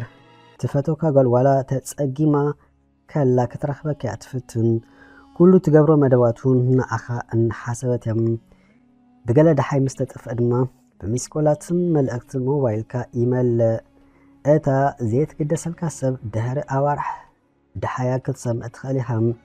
ጠፋ ኣይትጥፋእ ጉዳይ ኣይኮነን ሽዑ ከማን ዝደወለት ማለት ድሕሪ ሰሙናት ምናልባት ገለ ነገር ደልያ ክትከውኑ ትኽእል እያ ብሕፅር ዝበለ ብዙሕ ኮለል ከይብልካ ናይ ብልባ ዘፍቀርት ወይ ዝፈትወትካ ጓል ነታ ረሲኣ ኩሉ ነገራ ናባኸ ይዘብላ ዋላ ኣሕረቃ በሳጭዋ ክሳብ መወዳእታ መፈፀምትኣ ትፈልጥ ትፅመመካ እያ ናብ ኣሻ ጓል ድማ ትቕየር ኣሻ ስለ ዝኾነ ዘይኮነሲ እቲ ናትካ ፍቶት እዩ እምበር ከምኡ ዝገበራ ሚኩን ኩነታታ ናብ ከምኡ ገፁ ይኸይድ ከም ዘሎ ስለ ዝፈለጠ ተሰኪፉ ድሕር ክንደይ ዝጀመረቶ ፕሮሰስ ተወዲኡ ናብ ኖርዌይ ክትብገስ ምዃና ቅድሚ ዝኾነ ሰብ ነገረቱም ኣብ ዓለም ካብ ዝተመነኸ ማለት ጽቡቕ ትምኒት ምርካብ ዝኣቢ ነገር ስለዘየለም ብሓጋ ስለዝሰመረላ ተሓጎሰላ ናታ ሓጎስ ግና ደርቢ ዝነበረ እምበርከ ዝያዳ ናብኡ ትቐርብ ስለዘለም ካብ ኣዲስ ኣበባ ወፂኣ ናብ ኖርዌይ ክትኣቱ ምድላዋታ ኣጻሕፈት ካብቲ ዝነበረቶ ገዛውን ተኣጂባ መዓርፎ ነፈርቲ ኣዲስ ኣበባ በጽሕትሙ ንኹሎም ተፋንያ ከሰብ ነፋሪት ትድይብ ምስኡ ዕላል ሓዘት ዕላላ ናይ ሓጎስ ደስታ ጥራሕ ነበረም ብኡ መጠን ድማ ንሱ ደንገጽ ሓዘነለም ናይ ብሓቂ ከም ትፈትዎ ስለ ዘረጋገጽ እዩ ከምኡ ዝኸውን ዘሎም ንውሽጡ ፈትሹ ኣብ ልዕሊ ረሓዋ ዝኾነ ፍትወት ክረክብ ኣይከኣለን ክንስኾን ኢኻ ዝፈርሓላ እቶ ምስ በልኩ ወራዓተ ኣሳሊጠ ኣይሰሙን ሳልስቲ መጽአ ዝርአካ ምስ በለቶ ካብ ፍትወት ዝተለዓለ ምዃኑ ስለዘይሰሓተ ኣይ ረሓዋ በለ ብውሽጡ እንትርፎ ግድን እምበር ምባል ግና ተወሳኺ ዘረባ የወሰኸን ንሳ ግና ግደ ገብረትሉን ብጀካ ናይ ሓጎስ ስምዒት ዋላ ሓደ ይስማዕ ኣይነበረን ብዝኾነ ግድን ነፋሪት ከድይብ ስለ ዝነበራ ከሳ መሊሰ ድምፅኻ ዝሰምዕ ከናፍቐከ ኢላ ደየበት ሰላም ክትኣቱ ተመኒውን ተፈላለዩን ነፋሪት ምስ መልአት ዘድሊ ሓበሬታታት ሂባ ጉዕዞኣ ናብ ኖርዌይ ቀጸለት ሓባውን ፈጣሪ ብሰላም ከእትዋ ጸሎታ ብጽሐት እምበርከ ብዘይ ፈጣሪ ህይወት ወዲ ሰብ ከንቱ ስለ ዝኾነት ወዲ ሰብ ልዕልማንም ነገር ንፈጣሪኡም ጸግኢ ክኸብር ክእል ኣለዎም ዝኾነ ሰብ ክኸደካ ከሎ ከሳብ መውድኣታ ዝተረፈ ፈጣሪ ጥራሕ እዩ ገሊኦም ሰባት ኣብ ማሕበራዊ ሚድያ ወፂኦም ፍታሕ ናይ ሽግራቶም ካብ ሰብ ዝደልይዎ ኣለዎም ኣብዚ ሎሚ ግዜ ሰብ ሽግርካ ከጋድለልካ እንተዘይኮይኑ ክፈትሓልካ ዝሕሰብ እዩ ጭንቕ ክብለካ ከሎ ናይ ብልብኻ ናብ ፈጣሪ ኢድካ ዘርግሕ ይንዋሕ ይሕፀር ፍታሕ ክትረክብ ኢኻ እቲ ምንታይሲ ፈጣሪ ዝተመንኻዮ ጥራሕ ዘይኮነስ ዘለይካ ዝጠቕመካ ጥራይ ስለ ዝሕበካ ሎሚ ግና ሰባት ካብ ንፈጣሪ ኣብ ዝተፈላለየ ማሕበራዊ ሚድያ ብቐጥታ ኣማኢት ሰባት እናርኣዮም ንሰባት ሓገዝ ምሕታቶም ዝመርፁ ገና ብዘይ ጥርጥር ተወሳኺ ሕማም ኣጥሪሕኻ ካብቲ ማሕበራዊ ሚድያ ትወፅእ እምበር ቁስልኻ ኣሕዩካ ኣይኮንካን ስለዚ ክንደቲ ዝመረረ ይምረር ክንዲ ዝኸበደ ይኽበድ ካብ ኣብ ሶሻል ሚድያ ወፂኻ ጸገማትካ ኮነ ሽግራትካ ምስጢራትካ ንኣዲ ሓገር ትዘርወይ ትብትን ገዛኻ ኣፂኻ ንፈጣሪኻ ተንበርኪካ ምንማንን ምስ ፈጣሪኻ ምዝራብ ይሓይሽ እመንክሓ ድማ ፈጣሪ ሰሚዑ ጥራይ ዝኾነ ሰብ እንታይ ከም ዝልምን ክፈለጥ ክኽእል ኣለዎም ካብ ኮነ ምስ ፈጣሪ ዘለካ ዝምድና ክደምቕ እምበር ክሓስስ ኣይግብኣን ድሓር ከዓ ዝኾነ ሽግር ኣብ እዋኑ ከቢድ ክኸውን ይኽእል ይኸውን ግን ድማ ዝሓልፍ ነገር ስለዘየለ ብተስፋ ምጉዓዝን ዘይምጭነቕን እቲ ምንታይሲ ዘይወግሕ ለይቲ ስለዘየለም ረሓዋ ነፋሪት ተሰቒላ ናብ ሚኪ ገጻ ትቐርብካ እንተሓለወት ናይ ነገር ሊድያ ግና ገና ንሚኪ ዘይተፈትሐቶ እዩ ምስቲ ኣፍቃሪኢ ትብሎ ዝነበረት ኣብ ጀርመን ተራኺባዶም ከምቲ ኣሚና ድንግልና ዘረከበቶ ምስ ኣቃጺሉ ዶ ኣብ ምንታይ ዓይነት ኩነታት ትሕሉ ገና ዘይተመለሰሉ ሕቶ እዩ ንረሓዋ ከምዚ ብፅሕ የለን ነፋሪት ናብታ ዝደለየት ሃገር ብዘይ ፀገም ኣተወቶም እቲ ፕሮሰስ ዝገበረላ ወዲ እውን ምስ ስድርኡ ኣብ መዓርፎ ነፈርቲ ተቐበላ ተታሒዞም ድማ ናብ ገዛ ኣበሉ ገዛ እቱ ክብሉን ኢንተርኔት ክትሓትትን ሓደ ኮይኑ ስለ ዝሓብዋውን መጻኹ ኢላ ናብ ዓይነ ምድሪ ብምኻድ ናብ ሚኪ ደወለት ኣጋጣሚ ኣብ ኢዱ ስለ ፀንሐት ተቐበላ ደሓን ከም ዝኣተወትን ብጣዕሚ ናፊቃቶ ከም ዘላን ክድውለሉ ምኾነ ሓቢራ ተፈነወቱም ኣይ ረሓዋ በለ ቴሌፎን ምስ ኣፀወም ፕሮሰስ ከም ዘለዎ እምበር እንታዋይ ፕሮሰስ ይገበረላ ከም ዘሎ ዝፈልጦ ነገር የብሉን هذا زراجت سنة أنت لجنا تفتو كم زلايم جنا أجرا كيرجس تقدر ما كرمز خون السب نوم مدولا مر أيام قبل اللي زلوا فتوتيم اللي ديانا مركب فيسبوك دقاقي مو كم فتاش عدو علن عب جرمنون نزفلت سوات حديثو ليديا تبحال قال كم زي فلت محابيرمون أزا قال أمنتاي آتاي بحال كم عينت هيوت تحلف على كل دمام ما مليسو توت أرم بخا أبابور زيت الالخون كساب زبلكونا رحوا دحر كنداي وراعتا أسالت أت زت حازون حازت نسميكي كم إلالون عيب كورتون هذا جيزي أن على اللوكالوم كتبت إحنا دقا زيت متسيبلا نسعوتايلو حاسيب اللوكو كتول إيا بقصوات مليسات اللوم نسعوتا كمون كم زبلا مسنا جرا نسو كم دلاي كتسعوت كم زخيل نسا جناني بحق أتكيت قوريسا كم تمتس يعني جيراتهم عتازا قولنا بحق أمبر أمريرا كسا مبالي بسيهم كلو نجارتا سقيلو كأزب كلو أيسأل عن فتوت يبلن جندما أنت زرق باون يقوى تنبر أيكسرنيو ولا أفكرا أب مسرحون كفكر كمزخليو زأمن هذا حدا سبات بفلا والد بفلا بزيزي زينو تأيسب بسنكي محازي بزبل نات السب يكسرين نعملت التسمنا حدا لقم نجار كمزخون صبو جيران يفلت أين جنام بحوي إيخا محازيخا النابلا ناتي زي كسر سبي خسرم بأبو عدي أحواكين ولاس بحادو جن بزخونا زي بزحاك نسا ناتي تؤيسب نكال أحلفات هب نحدا نقوم نجار يخون دوتا وحيلا أبت حتى تلو أو إلا بأسر تأسعتات فرمالهم جنا كم حوي سريات تبل أزي مسمنتايو زي سبسب مش الشنات ولاس أنا نقو زبك أيكون كون إلكا نفس متحاتيوم أزيك من لازلو حتيو نخال نات من نخالو نأخي زيكون اللو مكنيات أنتايوم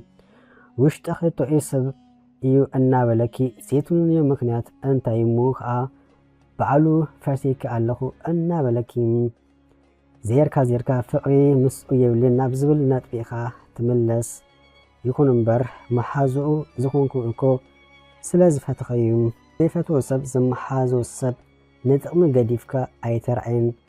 سلازي فقري أبقو أزون كما سلازي خيل تقيو نقوم نقر خوني خيلي إلا حانت قال أنت قميتا بشم محازا يدو حوي إلا أموخ أنسو إنا فتوى كله كت كسرو عز أقاميوم يكون أبكم زكونا تاتيزلو فقري بلونجن عفك عريتو انت تخون يكاس انبر زخاس رويبلون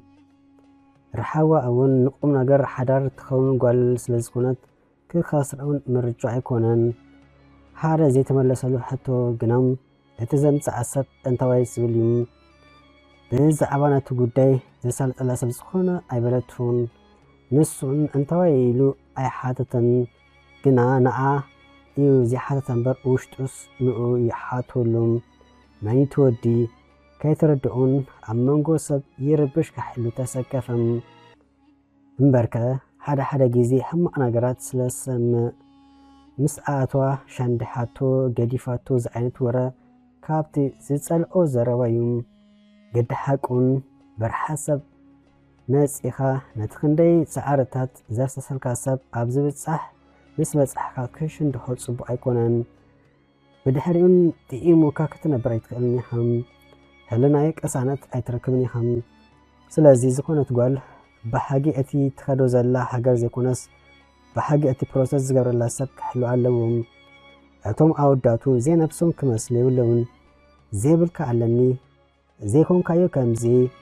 بزي حدر كلا كيبلين تفاتحة كلها تفاتح خونيكا نتا قول كتحسون أي جبان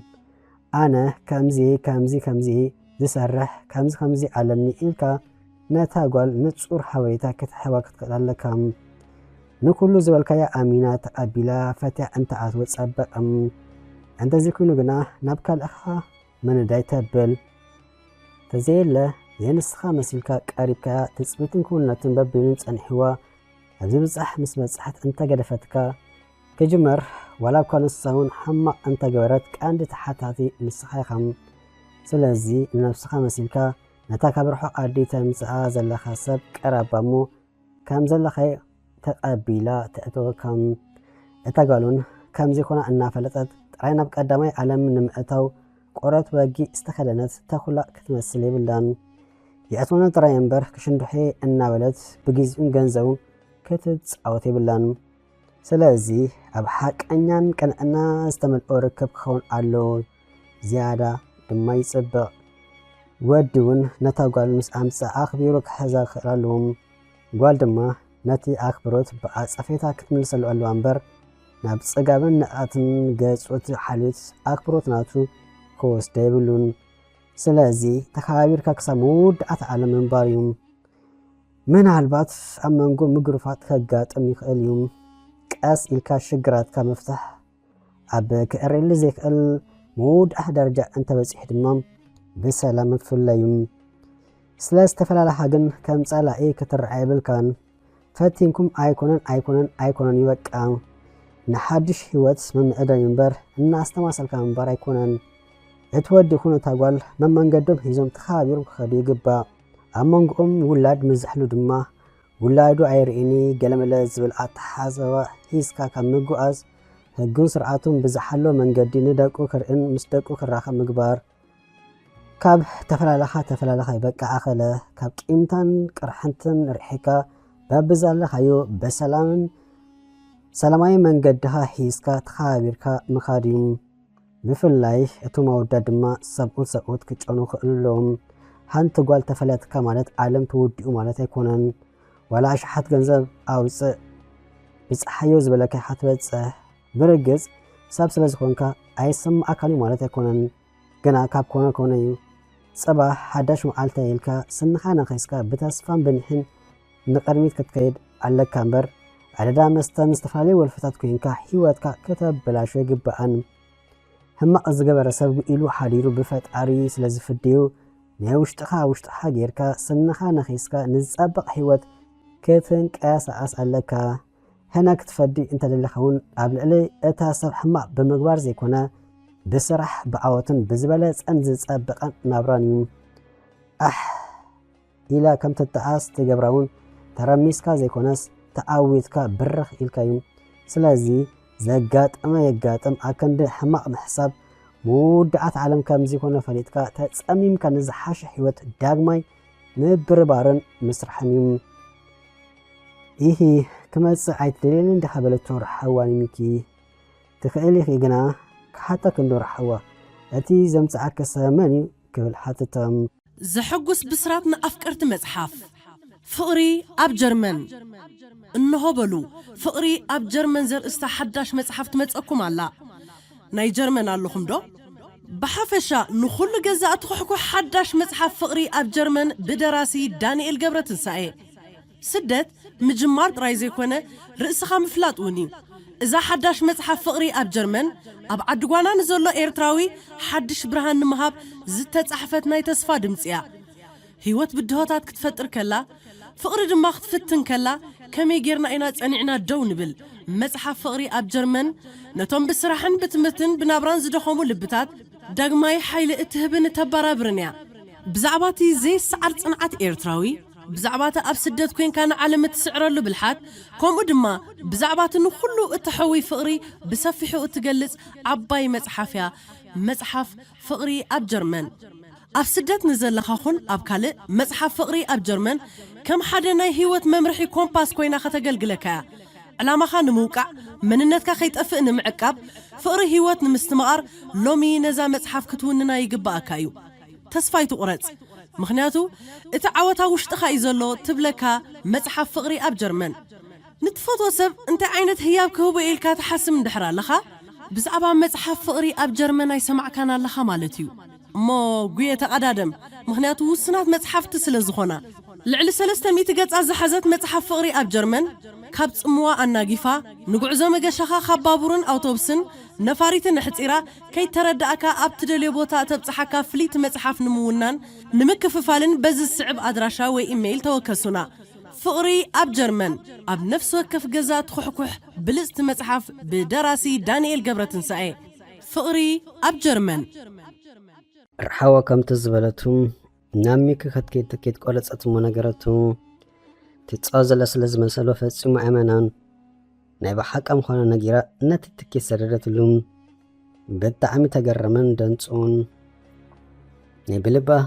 ፈትያትን ኣለማለት ኮይኑ በለቡ ውሽጡ እምበርከ እንተርፎ ብቴሌፎን እምበር ብኣካል ኣይፋለጡን እዩ ሌልኦም ናይ ኢንተርኔት እዩ ኣይርሓዋ በለ ይኹን እምበር ናይቲ ዘምፅኣ ሰብ ሕቶ ገና ኣይተመለሰሉን ዘሎ ተዳለወ ጥራይ ጠብ ክብለከ የበለቶ መሊሶውን ፀገም የለን ንኣኺ ምዃኖ ከይስእን በላ ኣንታ ግዳኽ ኣካስር ኣቢለካ ክምለስ የበለቱም ንኣኺ ዝወፅእ ገንዘብ ከም መክሰብ እምበር ክሳራ ኣይኸውን እዩ ዓለም ምልእታ ዓዲ ገለ እንተትሉኒ ኸማን ዓይነ መሓስኽን በላሙ ይክ ተዛራባይ ንርኢ በለት እናሰሓቐት ቀሳኒ ንኣኺ ዘይኮነ ይኩን ርሓዋ ሽኩር ገና ጨኪን ከኣሚንኪ ክትመፂ በላም ኣይተፈራርሓና ባ በለቱ ሕጁን ምስናይ ድሙዕ ፍሽክተኣም ዘፍቀረት ለቢ ጓል ኣንስተይቲ ነቲ ዝፈትወቱ ወዲ ንምርካብ ዘይትፍንቅሎ እምኒ የብላን እቲ ሕቶ ግና ብኸመይ ጓል ከም ትፈትወካ ትገብር እዚ ናይ ብዙሓት ኣወዳት ሕቶ እዩ ግዲ ሓቆን ሚኪ ኣይፀልኣን ኩሉ ነገራት ክእዘባ ከሎ ትኽሰር ሰብ ኮይኑ ኣይረኸባን ግን ድማ ዋላ እንተዘይረኺቦውን ብዙሕ ዝግድሶ ኣይኮነን ከም ዘይብፅሕ የለን እታ ሰዓት ትብገሰ ለኣኸለት ሚኪ ምድላዋቱ ኣፅሓፍም ኩሉ ግዜ ገዝኡ ፅፉፍ እኳ እንተኾነ መሊሱ ብልጭልጭ ኣበላም መብዛሕትኡ ግዜ ገዛ እስካብሉ ኣወዳት ዋላ ናይ ገሊአን ኣዋልድ ከይተረፈ ወዛል እዩ ዓራት ኣይንፀፍ ኣቑሓ ሕፀብ ገዛ ኣይክውስተር ሓደ እግሪ ካልሲ በዚ ሓደ እግሪ ካልሲ በቲ እዩ ሃንደበት ጋሻ ምዝኩሕኩሖም ገዛ ኣይከፍቱን እዮም እዚኦም ከምዚኦም ዝኣመሰሉ ሰባት ጋሻ ክመፅእ ከሎ ፅራሕዮም ክዋግኖ ዝፍትኑ ከምዝኾነ ኢኻ ቀፃሊ ዝኾነ ሰብ ንገዝኦም ክኸይድ ትምነየሎም ሓደ ጠንቂ ናይ ጭንቀቱን ረስሓት ገዛ ከም ዝኾነ ክዝንጋእ የብሉን ገዛኻ ፅሑፍ ምስ ዝብል መንፈሳዊ ኣጋበቲ ይስምዓካም ብኣቢሉ ድማ ፈኾስ ይብለካ ገሊኦም ሰኣን ናብ ኣፍ ደገ ፌስታል ጓሓፍ ምውፃእ ምስ ጓሓፎም ብዙሕ መዓልታት ዝግብሩሎም እዚ ተራ ዝመስል ነገር ግን መግለፂኻ ስለ ዝኾነ ክእረም ዘሎ ጉዳይ እዩ ገዛ ሚኪ ከም ፀሓይ ደሚቓ እንከላ ናብ መዓርፎ ነፈርቲ ኣበለ ንመጀመርታ ግዜ ብኣካል ክረኽባ ነሳውን ከምኡ ይኹን እምበር ብቪድዮ ኮል ይርአዩ ነይሮም ሃፋርያ ነይሮም ብክንደይ ጋዶ እያ ብቪድዮ ክትዕል ጀሚሮም ምስ ለመደቶ ግና በዓልያ ትድውለሉ ስለዚ እስካልእ ሲትረፍ ብቪድዮ ይፋለጥ እዮም ኣብ መዕርፎ ነፈርቲ ኮይኑ የማን ፀጋም ኣቅባሕብሐ ደርጋ መብዛሕትኦም ኣጋሾም ዝፅበዩ ዝነበሩ ሰባት ፊዮሪ ሒዞም ነይሮም ትገዝእ ድዩ ዋላስ እንታይ ምስ ነፍሱ ተዛረበ ገንድሓን ኣብኡ ከለኹ ዘይቅበላ ኢሉ ክፅበያ ጀመረ ከየፀበያ ኢሉ ቀድሚኡ ኣብኡ በፂሑ ገዲ ሓቂ ልቡ ፍርሓት ካብ ምባል ግን ኣዲ ኣይወዓለትን እንታይ ዝኾን ዘለኹ እናብለ ነፍሱ ከረጋግእ ፈተነም መቼም ከምዚ ውግሕ የለን ከም ዝበሃል ሰዓት ምስ ኣኸለ ነፋሪት ደበክበለት ርሓዋውን ነታ ንእሽተይ ሻንጣ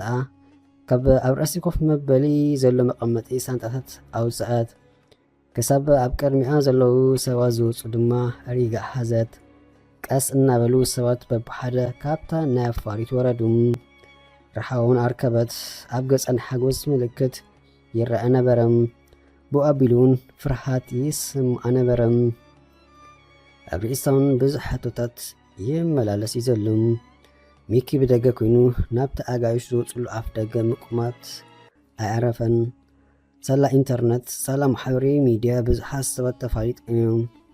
ነዚ ኢንተርነት ብግቡእ እንተመዝሚዝካዮም ብዙሕ ነገር ክትከስበሉ ትኽእል ኢኻ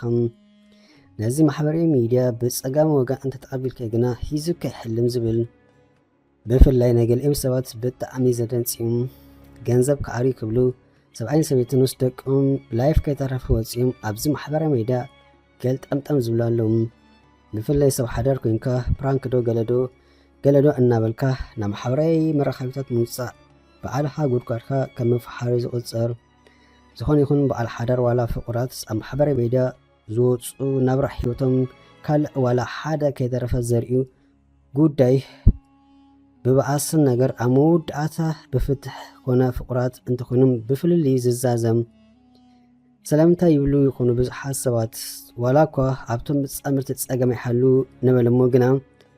ዓይነ ሰብ ሕማቕ እዩ ኣሽሓት ሰባት ብናቶም ድሌታትን ብሓግን ኣተሓሳሰባን እዮም ዝጥምቱኻ እዚ ድማ ኣሉታይ ሓይሊ ፈንዩ ነገራት ፋሕብትን ዘተወልካም ስለዚ ዘይጠማ ገንዘብ ምዕራይ ዶ ይሓሽ ዋላስ ፍቕርኻን ሓዳርካን ምዕቃብ ሰብ ከስተብሕለሉ ዘሎ ጉዳይ እዩ ኣስተብሒልኩምሎም ዶ ትፈልጡ ኣብ ኢንተርነት ተላልዮም ፍቁራት ክፃወቱ ቀኒዮም ሓጊዮም ተፈላለዮም መዛረብ ሰብ ክኾኑ ከሎም ስለዚ ብዝተላለኻ መንገዲ ተላለ ብዘይገድስ ዝኾነ ሰብ ውልቃይ ህይወቱ ንኣዲ ሃገር ክበትን የብሉን ሰማይን ምድርን ይላገብ ቅሳነ ዘለዎ ናብራ ክትነብር እንተለሊኻ ፈፂምካ ኣይትሕሰቡ ዋላ ብገይጋ ክትቀልቀል የብልካን እንታይ ደኣ ደንጉያ በለሚኪ የማን ፀገብ እናቋሕበሕም ረሓዋ በጎና ንእሽተይ ሻንጣ እናጎተተት ቀባሕባሕ እናበለት ንቅድሚት ተስጉም ነበረት ድሕሪ ገለ ደቃይቁን ወፀት ሚኪ ከለለያ ተፀገመን ረሓዋ በለ ከይዱ ሚኪ በለቶ ረሓዋ እሞ ሓቂፋ ኣብ እግሩ ተሰኣመቱም ሽዑ ንገለ ካልኢት ተጠማመቱ ምናልባት በብወገኖም ትፅቢትን ክውነትን ተጋጭዎም ክኸውን ይኽእል ይኸውን ብኣካል ትፈልጦ ሰብ ብቴሌፎን ትፈልጦ ሓደ ክኸውን ኣይክእልን ይኸውን ግና ግዲ ዝገበረሉ ኣይመስሉን መሊሶም ተሓቃቀፉሞ ተሰኣሙ ግን ኣብ እግርቶም እዩ ሽዑ መንገዲ ከመይ ከም ዝነበረ ሓተተ መንገዲ ደሓን ከም ዝነበረ ሓቢራ ተተሓሒዞም ናብ ገዝኡ ብታክሲ ተበገሱ በይኑ ዝቕመጥ ነዚ ፈሊጥ ኣመፅያም ልዕሊ ኩሉ ድማ ምዝኾነ ሰብ ዝኾነ ነገር ፈፂማ ኣይትፈልጥን እዮም ዕድሚኣ ልዕሊ 22 እዩ ብገይጋውን ዝኾነ ሰብ ኣብ ኣፋ ስኢማ ኣይትፈልጥን እዮም ዝኾነ ዘይተፀሓፈላ ፃዕዳ ፊልያም ግና ኩሉ ነገራት ፃዕዳ እዩ ዋላ ልባ ከይተረፈ እንተኾነ ዓሻው ናይ ኮነትን ኣስፊሓ ተመዛዝን ምናልባት ነገር ፍትወት ኮይኑዋ ይኸውን ካብ ኖርዌይ ቤልጅም ዘምፃ እሞ ድማ ናብ ናይስ ካብ ቡሊ ገዛም መቼም እንታይ ከጋጥም ከም ዝኽእል ሲሕታቶ እያ ክበሃል ኣይከኣልን እዩ ዘጋጠመ ይጋጥም ንፍትወት ዝኽፈል መስዋዕቲ ኢላ እውን ምናልባት ደምዲማቱ ትኾን ዝሓሰበት ትሕሰብ ካብ ኖርዌይ ተበጊሳ ቤልጅም ኣትያ ኣብ ሕቕፎ ብኢንተርነት ማለት ብፌስቡክ ዝተላለየ ሰብ ኣትያ ኣላ ታክሲ ፍጥነታ ኣብ ማዕረያ ትሕንበብ ነበረት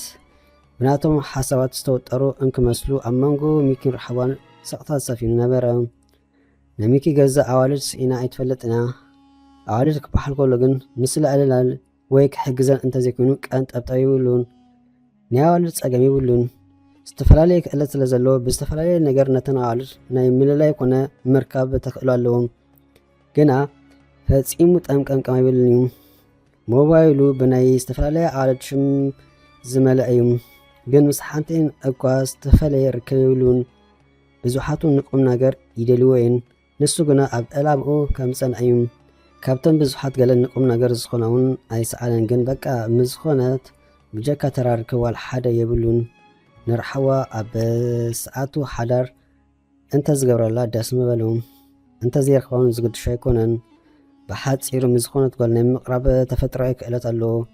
በተን ኣዋልድ ክፍተውን ግዜ ኣይወስድሉን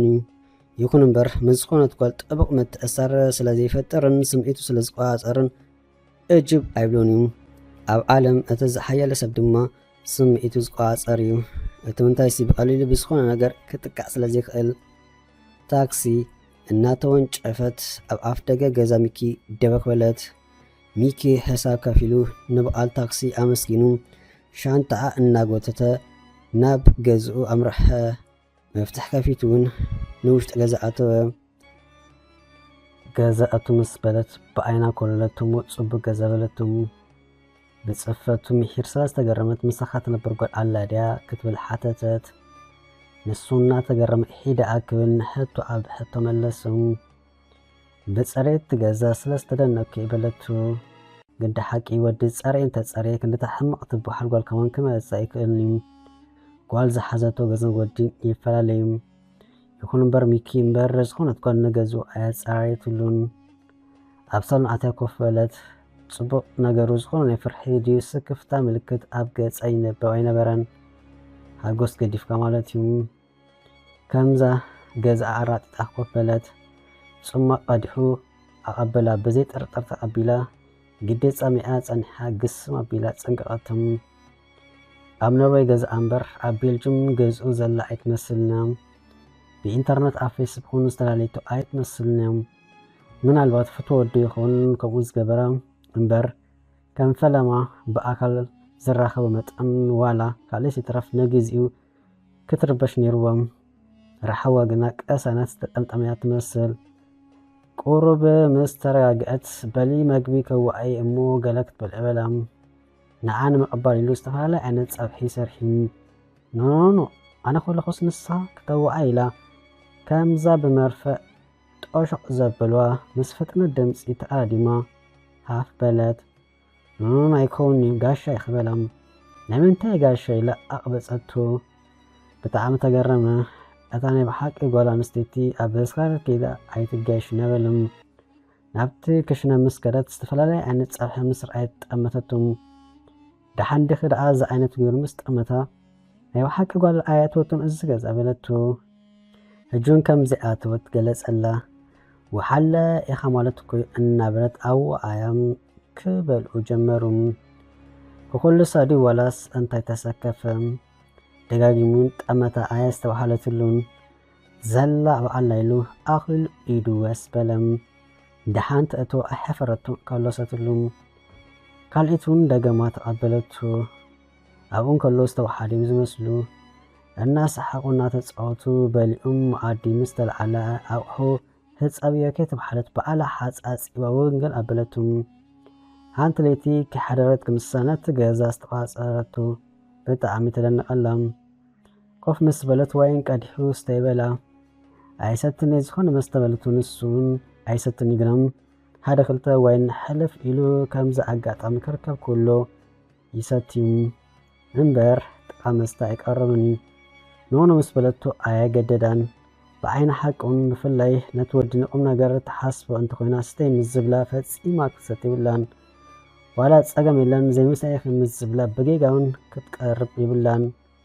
ودي تعذبايم دميرو أبديلو ساعاتو مساخة لكمز في اللي أفلوتيو عم نفسو كبرزالو سب مساتايت السخرم قول كمرقو مرجو عيكونان كسابناتا مباليتو زرخبا كم جيزي محلافي كنا كتأك أملا يخيل خون يكون مبر عم نفسو كبرزالو ودي مساتايت السخرم قول كمرقو زي حسابيو من البات تتانيسا نسون من الباتيو كابكونا كجمر قال كتسكر كلا آيات سنبقلانيو فأسألك أنت زي سكرت كونا أنت زي سنيت تمراسيو أمو حانتي مستي عبي بلا ميكي سوري ميك حاوي كوري خالها ملتو كام زي كوري اكوادا كام زي كوري اتو مسنا غرا هاقوس بلت صانيحو نفاس كحرمو وصو زتفلالي بوتاتات نارعا كله أبقى كلتا أولد زفلتان كوف إلى المصر عيه رحوا كهستو حالتلو كلا أنفتات أبين أبقى لبوت حيزوا خدم بركة أبتخاي بزوحات أولد أبقى ربا كون الرحو يفلتين زازر خبان بالصبق سلام مزبلن زي مرقع منفس نرحوا كأصليخ اليوم من زخونة تقال زخونة ركب كام زي بولو نساعتهم كون نسو آس أبقى يفلتين نزفتوت لبدو غانستيت غنا ازيكا فيديو كاب كونو بسلام غيزيو مسر حواي حلفتو ولاس نغر يمص نزخونه خونه تقول كيترفون كيدوللو نفطاريو زلمن زنبرم انتي دا استربشكا تمسل بلتو اي تربشكو رحوا شكر زدخمكي يخت تمسل اناي كابتشنو خغابزكي إيلو ناب كافه يزو آتوم كابتشنو عزيزم تطعمو كألو صالحهم حساب خفلو سلزنبرم الناوس خل آنيز خفلي لوات أتبلت نونو انت ولاك نبأسينا مسبلتو بنفسو وات أتسلزفتو هرا إيلو فقال اللهم مالي السم قولن قولني ان على نتا ختما قوللوا استفالي سألتات مذكرتون أو استفالي بوتاتات ወሰዱ ብጀካ ናይ ሓጎስ ምልክት እምበር ዝኾነ ኣይረኣየላን እዚ ንሚኪ ከሓጎሱ ኣይተረፈን ተሓት ተስሓቅ ተጻወት ምስ ዝኾነ ከምዚ ዓይነት ነገር ዝሓለፈት ኣይትመስልን እያ ብርግጽን ከምኡ እያ ኣወዳስ ኢና ዘይኮነሲ ካብ ቀደማ ብነብሰ ከምኡ እያ ስራሕ ትምሕርቲ እምበር ፍቕሪ ተጻዊታ ኣይትፈልጥን እዮም ኣወዳት መሓዙት ነይሮማ ይኹኑ እዮም ግን ምናልባት ንሳቶም ብዓይኒ ፍትወት ጠሚቶም ክኾኑ ይኽእሉ እዮም ንሳ ገና ፈጺሞም ግዳ ሓቂ ወዲ ምስ ጓል መሓዛ ክኸውን ይኽእል ድዩ ዝብል ብዙሕ ክትአን ሕቶ ይለዓል እዩ ብርግጽ ክኾኑ ይኽእል እዮም ብኣግኡ እንተ ዘይተፈላለዮም ግና ሓዲኦም ካልእ ስምዒት ከም ዘመቓበሉ ግድን እዩ ብፍላይ ብዛዕባ ወዲ እንተዛሪብና ግና ነተራ መሓዛ ኢሉ ምስኣ እንክልል ዝብል ወዲ የለን የንዋሕ ሕፃር ከም ዝፈትዋ ፍሉጥ እዩ ኣነ ንስኻን ፍቑራት እንተ ንኸውን እንተ ትብሉ ዓይኑ ክሓሰይ ሓራይ ምስ በላ ብዛዕባ ውሑዳት ኣወዳት ዘይኮንና ንዛረብ ዘለና ብዛዕባ ብዙሓት ኢና ሓፈሻዊ ማለት እዩ ስለዚ ኣብ ባይታ እንተ መፂኻ መሓዝያ እንተበለ ፈትወት ከም ዘማቕብል ግድን እዩ እንታይ እዚ ዝፅበ ዘሎ እንተ ተባሂሉ ነታ ልክ ኣጋጣሚ ንበል ምናልባት ምስ ኣፍቃሪ ይሕልዋ ይኸውን እሞ ክሳብ ዘበኣሱ ይፅበ ይህሉም ምናልባት ምስ ዝበኣሱ ብቐረባ መተካእታ ክኸውን ዝኽእል እቲ መሓዘያ ዝብል ዝነበረ ወዲሙ ብዛዕባ መሓዛ ካብ ተላዓሎም ዝኾነት ጓል ኣብ ሓዳር ምስ ተኣቱ ኮነ ኣፍቃሪ ምስ ተሕስ ካብዞም መሓዙቴ ዝብሉ ኣወዳት ክትርሕቕ ኣለዋ ወዱን ምስ ብዙሓት ኣወዳት መሓዙተያ ምስ ትብል ጓል ፍቕሪ ክምስርት የብሉን ዋላ እኳ እታ ጓል ዝኾነ ነገር ኣይትግበር ግና ክፍእ ክብላ ከሎ ኣብ ኦም ከይዳ ስለ ዝተተንፍስ ዝሓሰበቶ ከጋጊዎ ይኽእል እዮም ስለዚ ንሱ ጥራሕ ኣለማ ክኾን ኣለዎ እቲ ወዱን ነዚ ፈሊጡ ከምቲ ኣለመይ ዝበለቶ ብኣክብሮት ሒዙ ኣለመይ ክብላ ኣለዋ እቲ ሕማቕ ነገር ግና ሓደ ግዜ ድማ ኣዋልድ ኦፍ ዝብለን ወዲ ኣይፈትዋን እየን ስለዚ ሚዛኑ ብዝሓለወ መንገዲ ሓልዮትካ ኮነ ኣክብሮትካ ርእያ እታ ጓሉ ነቲ ኣክብሮት ብኣፀፈይታ ኣክብሮት ክትምልሰሉ ኣለዋ እምበር ናብ ንኣቐትን ናብ ናበይ ከይከይድ ክወስዳ ይብሉን ዝኾነ ወዲ ኣብዚ ዓለም ዝደሊ ካብ ጓል ኣንስተይቲ እቲ ዝዓበየ ነገር ክብረት እዩ ዝኾነ ወዲ ካብ ጓል ኣንስተይቲ ክብረት ምዝስእን መወዳእቱ ነገር ብምፍላይ ከም ዘዛዝም ፍሉጥ እዩ ስለዚ ወዲ ኣኽቢሩ እንተሒዝዋ እታ ጓል ኣንስተይቲ ነቲ ወዲ ኣኽቢራ ክትሕዙ ኣለዎም ምሸት ኮይኑ ድራር በዓል ሚኪ ኣብ ገዛ ተደረሩ እሞ ጎኒ ንጎኒ ድማ ኣብ ሳሎን ኮፍ ኢሎም ከዕልሉ ኣምሰዩ እዋን ደቃስ ምስ ኣኸለ ሚኪ ምስ ነፍሱ ዘረባ ሓዘ በቤና ዲና ክንደቀስ ዋላስ ኣብ ሓደ ዓራት በለም እዚ ዓብይ ሕቶ ኮይኑ ንርእሱ ኣናወፁ ንሱ በቤኖም ይደቅሱ ምስ ኣፀገም የብሉን እቲ ሕቶ ኮይንዎ ዘሎ ግና ንሳ ብኸመያ ክትርድኦ በይኑ እንተደቂሱ እንታይ ኮይኑ ክትብል ድያ ምሳኸየ ዝድቅስ ምዝብላኸ ትኽርዶ ትኸውን እናበለ ክሓስብ ፀኒሑ ንእበለ ደቀሲ ይበላሙ ነፍሲ ንቅድም ክሕፀብ ደበለቱ በሊኽ ደኣ ምስ በላ ካብ ንበልዕ ክንደይ ኮይ ብዙሕ ኢና ጌርና ፀገም የብሉን ኢሎም ነፍሳ ናብ ምሕፃብ ኣትወት ብትዕግስቲ ክሳብ ትውድእ ተፀበየሙ ናብ መደቀሲ ክፍሊ ወሰደ ክፍት ምስ ኣበሎ ከምዛ ክትኣቱ ኢላ ዘይመፀት ደበለት ብዝረኣየቶ ነገር ዝተገረመት እያ ትመስል እቲ መደቀሲ ክፍሉ ብፍዮሪታት ተነስኒሱ ዝተነፍሐ ባላንችነን ደሚቁ ነበረ ንክትሪኦ ዘብሐ እኳ እንተነበረ ረሓዋ ግና ኣክንዲ ተኣቱ ክትምለስ መሪፀም ብኩነታታ እናተገረም ሒዳ ምስ በላ ብጀካ ወላ ሓደ ምባል ዝወስኸቶ የለን ግና ፀኒሓ ኣብቲ ካልእ ክፍሊ ክድቅስ በለቱ ዋል ሓደ ፀቕጣ ይገበረላን ኣብ ካልእ ክፍሊ ገዲፋ እንተደለየውን ኣብ መሬት ኣንፂፋ ከም ትድቅስ ነገራሙ ናብታ ዝበለቶ ክፍሊ ወሰዳሙ ምናልባት ዘሰክፋ እንተኮይኑ ማዓፆ ሸጊጣ ክድቅስ ከም ትኽእል ሓቢሩ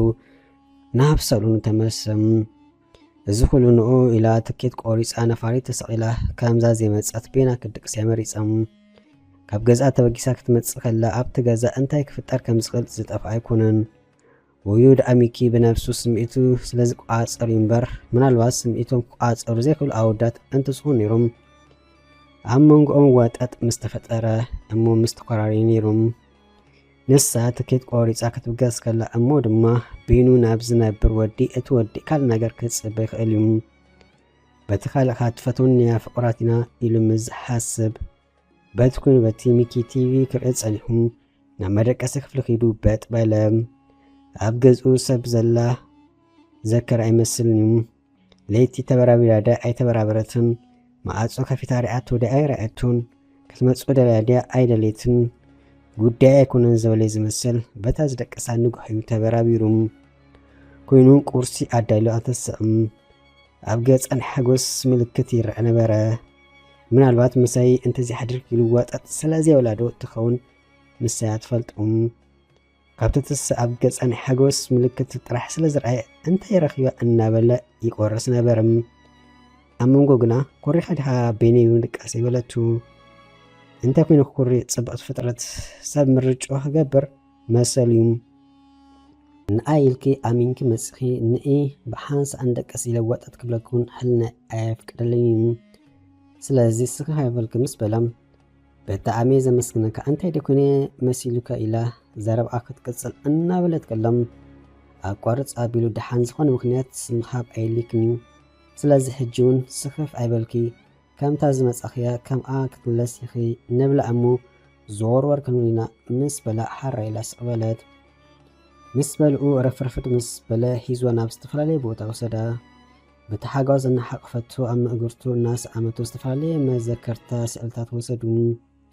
أبتكي زياب عالم قصري حد حقوستي سبت مسلنا برد قبل ألي زلو أخبرتون ماليسو زوسخ إزمسل شعو أب حدا بيت مقوي أتيوم عزيزهم دارق أول مسح سلاز أخلا تمسهم كساو مخفال مس أنت ذي كفلكو إلى حجو وقت بلد كساو أساسات تقرم أنيز خفلو أنا ولو تواتتهم عمود أثاقنا كنبا أسينا سلاز بلا قدفتمو كفلهم كامزا تبلست عوال دايكونتشن قال عالد وديت راي كل جزي كفلان زبيع اللوام نسوس دحان تساقمي محلون قنا ولا نقل عالم كابريكا يبحاليوم حانت نيران حدا تخ زبلتو نعني لانا بتزخبر بيت مقبيات وسدوم تساقم عبتزخبر وتمخدوم زي كونا استفالي زخبر نقر تراحي تأزيز مخانيوم معركن دو أمنا سوسون عاي تراي تأمن نكتبل يبل كان تمس أزل ودي إبجيرو يخون فقر سلازلو زبلتو انت سمعام أشا سلازخونا قنا يكونن سلازي حرقونكم زي مباليوم بألا خان زي خفل كالو نقرون كم دلخا خدكون بعين حلنا درجة صبو يكونن أز ودي زلو يبلون قنا نعاق خسر سلازي لليو هلاك حديو لامينو لماميو سيقابزاني روم أدامس بيزحو قنا مود عاتيو فتي كفتو كابعا رحيقيوم رحيقو زيكونو قنا زبحالنا سنتي أوجو بعلمكي بالأمس وصوه أنت يدعى زي خفلكو إلكي وقت تبلي عنا باقدفنا بلام مكحاوي تيتساقم اللو واحد ما نسخة مسكفلكا زي عالم تملالائته أمسلكا بناي فقر عيني أننا تأمة تتملسات اللوم صبع الله قنا ود انت خفلي صبع مسبلام ولا حدا أنت زي باللي من البات حقها مسبلكوا جنزب كلني كلون أحاها قرفو قنا تصبع هيون مسبلتو فتاري كليو عديلكي تصبع اللبونا مسبلا فشخ بلد نعدا زحقو سيات مسل مقعن نعدا تسأل أساب يلن بفلا أولد بحفشاقن كله سب نزخونا سب أمان قدين عامنت نبالتو ودي تصبو كدان تخدينو انتلو واو قلا عينت كدان إلكايو زيت فلتو كلها مستحلف مليتم عالتي اتساب تحاقش يزو قلب الزخب بحال كل جناس سبات كان أدوخا الكاز خونا نجار كتجبري بالكان اتمنى يسمي تصرفها عبدكتو صوزيت خل نفسه متحصلات عتوم كاب كنا ما أنت سبات كتحجس زي كنا ما أنت نفسها كتبلك خون علو بو عابلهم أنت نعدو دما حكني عدا زي صلى أيكونن يملسي ورأسة عمان نتخذ بر خليكون بر حوات كابن عدا خونا سلامتات كتصلي يبلون أبزخون بوتان جزين رأسة عمان نتخذ كتفلي بالكان رأسة عمان ناس زي بلسب لك أماكينا بزين دادي ويدما موبايل بزي تشارجر مالتيم كسحقو كتصاوتو إلوم أوتوبوس تسعيلوم ناب جزا أبلوم قدي دخام جيولا كوينور حوا أمونكو تصق إلى دكاسات زي العالميك أسان الزرخوتات تمثل تأميتو عفشخ بالمو مسكزا رأسونا على اللون عمورة ديوم فيرماتا سلازبت صحوحي زوا وردمو جزعاتهم كوف كتب الأيتر أيتن ቅያር መግቢ እንተኾነካ ኢላ ድራር ናብ መስርሕያ ዝኣተወት ከምታ ዝበለቶን ሰራሪሓ ኣካላታ ሓፃፂባ መፅያ ኣብ ጎኑ ለገብ ኢላ ተኸፈለት እሞ ፊልም ክርኢ ጀመሩ። ብከፉም መሬት ዓረበት ተደሪሮም ከምታ ዝነበርዋ ኮፍ በሉ። እቲ ሳሎን መልኢ ኮፍ መበሊ ከሎ ለገብ ምባላ ጭንቀት ፈጠረሉ። ከስአማዲ ዋላስ እንታይ ተዋጠረ? እቲ ዝተዋጠረሉ ምክንያት ድሌት ምስኣም ስለ ዘለዎ ዘይኮነስ ምናልባት ድላዶ ትኸውን ስለ ዝበልዩ እንታይ ከም ዝገብር ሕርበት በልዉ። ኣብ ምንታይ መንቀራቕሮ ኣትውን በለ ብመጠን ድማ እዋን ድቃስ ይኣክል ነበረ ወይ ጉድ በለ ብውሽጡ ከይተረድኦ ድሌታታ ከየማልአ ከይተርፍ ተሰከፍን ንሱ ምስኣ ይደቅስ ኣይደቅስ ዝዓጣ ይኮነን ዋላ ይስኣማ ይስኣማውን ግና ኩሉ እንተዝረኽቦን ኣይጸልእን እዩ ብጌጋ ዋላ እንተጣንሶ ይሕጎስ እምበር ክሓርቕ ኣይኮነን ምክንያቱ ትክሰር ዓይነት ጓል ስለ ዘይኮነት ገለገለ ኣወዳት ስምዒቶም ክቋፀሩ ስለ ዘይኽእሉ ተቀዳዲሞም ስራ ናብ መፍታሕዮም ዝጓዩም ሽዑታ ጓል ምስ ጠንስ እሞ ትወልድ ዓይናትን ብምባል ካብ ሓላፍነት ክሓድሙ ይፍትኑ እዚ ንከይመፅእ ግና ኣቐዲሞም ምስ ትጠንስከ ምዚኣ ክነብር ይክእል ደ ሓላፍነት ክወስድ ይክእል ደ ኢሎም ንነፍሶም ክሓቱ ክኽእሉ ኣለዎም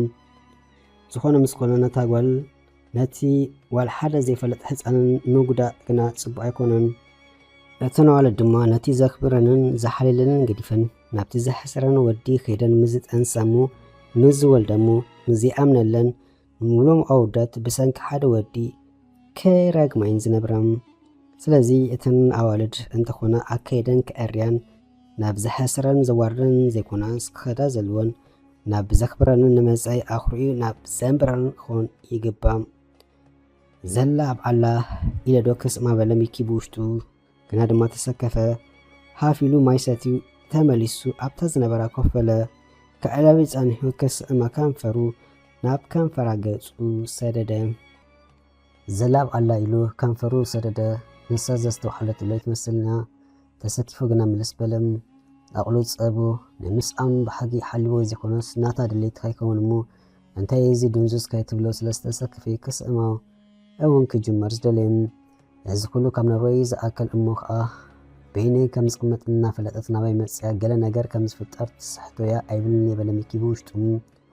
ከላ ዕድለይ ዘይፈትን ኢሉ ከዓ ከንፈሩ ሰደደ ሕጂ ግና ናብ ከንፈራ ዘይኮነ ናብ መእጉርታ እዩ ከምቲ ካብ ከንፈራ ዝተመልሶ ግና ካብ መእጉርታ የተመልሰን ሰዓማ ደኣ ጠሚታቶ ስቕበለት ስቕተኣ መሊሱ ወጥሪ ፈጢሩሉ ናብ ከንፈራ ድዩ ክኸይድ ዋላስ ክብል ተቐርቀረ ስምዒታ ብክልተ መንገዲ ካይጎድኦ ተሰከፈም ሽዑ ክላ ኢሉ ብውሽጡ ክሸይን ከደ ሸይኑ መፅኡ ኣብታ ዝነበራ ኮፍ በለም እሞ ክንድቅስ ዶ በለቶም ክንድቅስ ምባላ እንታይ ማለት ኢሉ ሕጁን ክመራመር ጀመረ ብሓባር ዲና ክንድቅስ ትብል ዘላ ዋላስ ከም ናይ ትማል ምሸት በይና ክንድቅስ ኣነ ሕጅስ ኢለ በይኒ ምዝሓድር ተኽበረና ዶ ትኾን ከላ እዚ ከዓ ምሽምሽ ክሪእዎ ከሎ ሰብኣይ ከዓ ይመስል ትብለኒ እናበለ ተናወፀም ግዳ ሓቂ እዚ ኩሉ ዝሓስብ ናታ ድሌታት ብግቡእ ስለ ዘይነፀረልዩ እምበር ምስኣስ ገይርክም ናይ ምፍፃም ባሕጊ ሓልዎ ኣይኮነን ማለት ማዕረ ክንድኡ ሓረፍረፍ ዝብል ኣይኮነን እዛ ጓል እዚ ኩሉ ፈትያትን መፅያ ሰብኣይ ኢኻ ትኸውን ትብል ነይራሙ እንታይ ዝገብሮ ክብል ፀኒሑ ኣብ መወዳእታ ግና ኪደ ሓረይ ደቅስ በለም ንስኻ ኸ ኣይድቅስን ዲኻ ምስ በለቶ ኣበይ በላ ከይተረድኦም እንታይ ዝድንዙዝ ኣበይ ይብለኒ ዝበለታ ትመስል ብውሽጣ ኣብ ድሌትካ በለቱ ኣብ ድሌትካ ክትብል ከላ እንታይ ማለት እዩ ኣብዚ ኮፍ ኢለ ዘለኹ ሳሎን ዶ ዋላስ ኣብታ በይነይ ትማል ዝሓደርኩላ ክፍሊ እናበለ ሕጁን ምርምሩ ቀፀለ ፀኒሑ ሕለፈ ድሓን ደቀሲ ደኸምኪ ኸትመስል በለም ሃራይ ሚኪ ሓወይ ድሓን ሕደር ኢላ ተሲኣ ኸደት ድሓን ሕደር ካብ በለት በይናኻ ደቀሲ ማለት ኣብ ዝብል መደምደም ታበፅሐም ንሳ ሕልፍ ኢላ ኣብቲ ትማል ዝደቀሰትሉ ክፍሊ ደቀሰት ንሱን ፀኒሑ ናብታ በይኑ ዝሓደረላ ክፍሊ ኸደም ግና ድሌታታ ስለ ዘይነፀረሉ ድቃስ ፈፂሙ ክጠልሞ ይተርአየን እዚ ኩሉ ትኬት ቆሪፃ ነፋሪ ተሰቂላ መፅያ በይና ክልተ ለይቲ ክትሓድር ምዃና ብዙሕ ከም ዝሓስብ ገበሮም ኣብ መንጎ ሸፋሕ ሸፋሕ ዝብል ድምፂ ሰምዑ ኣንታ ናበይ ዳ ትመፅእ ዘላ እናበለ ግና ናብ ዓይኒ ምድሪ ገፃ ኸደት ሸይና እውን ናብ መደቀሳ ክፍሊ ኣተወት أمتى فتوني آتي بلم بصاب حجي زلو سكفتو ليتتا كيم مالك هيترفين ورم أقرتا كسأما كلا زبالتين ملك دا يكونن خردو بلم الليسوخا أوه سبب سقيدو يدكس ناقري متص فاتيا أفكيراتنا نديا متصيا ناتي انتخون عبيدو خدنيو يركبلي سلازي لومي ليتس كبليه نتصبحتنا زخون ملكت مسترئني شؤون يركبلو أمبر زي قربان زلو سلازي فتون دي والاس انتاي كأكت من ويقود النابلة زعان حاتيتو عراقيزو كاسيمو زدكس مس نفسو أب موطاراتو كابتي زلو كنتات سلو مس مساخي زحادر انتا زبلا مسحاشوم أمو حرق انتا يلاتو يدكس انت زي خنونا دليتاتا سلز فلت أبتا زلوا مدكاس مسحاشوم أيكون مزبح دما أيكوني قد حقي كمزوم دليتاتهم بحيلي كتكبرو زفتنو سواتون سلازي كونو نكل بسأقا مستقبلو هان تقوال زخونا كفت سم عيدل نمست بلكا بفلا أفكاري أكون ولا دلائع بحيلي كتقد دايبل كان بسم إتكا تاقو عيسكا أبزيد لنقر كم أتاون نقود أب أقداسيو مبا أنا بلا أب حاساب كله رحاوة قدي ما يتسمع كوينا ناب كشنا قص أكد كيت سمعم لبول لنبور حرمت أتزقل أنتيو كم مدك أسيا عسر تجزيزي تسأزلو أتا متسان دا تلنزل أوي تكاليت النابل كله ما يستيا ناب كفل آتوت هجس متسان تلنزل أبزول مدامرتا مود أتو بسحمو كاب عراتو تسيو مقاسو كفلو كافيتو أس النابل نام مدك أسي كفلا قصو خدمو نكخفتو إيدو نام مقاسو قصو سدده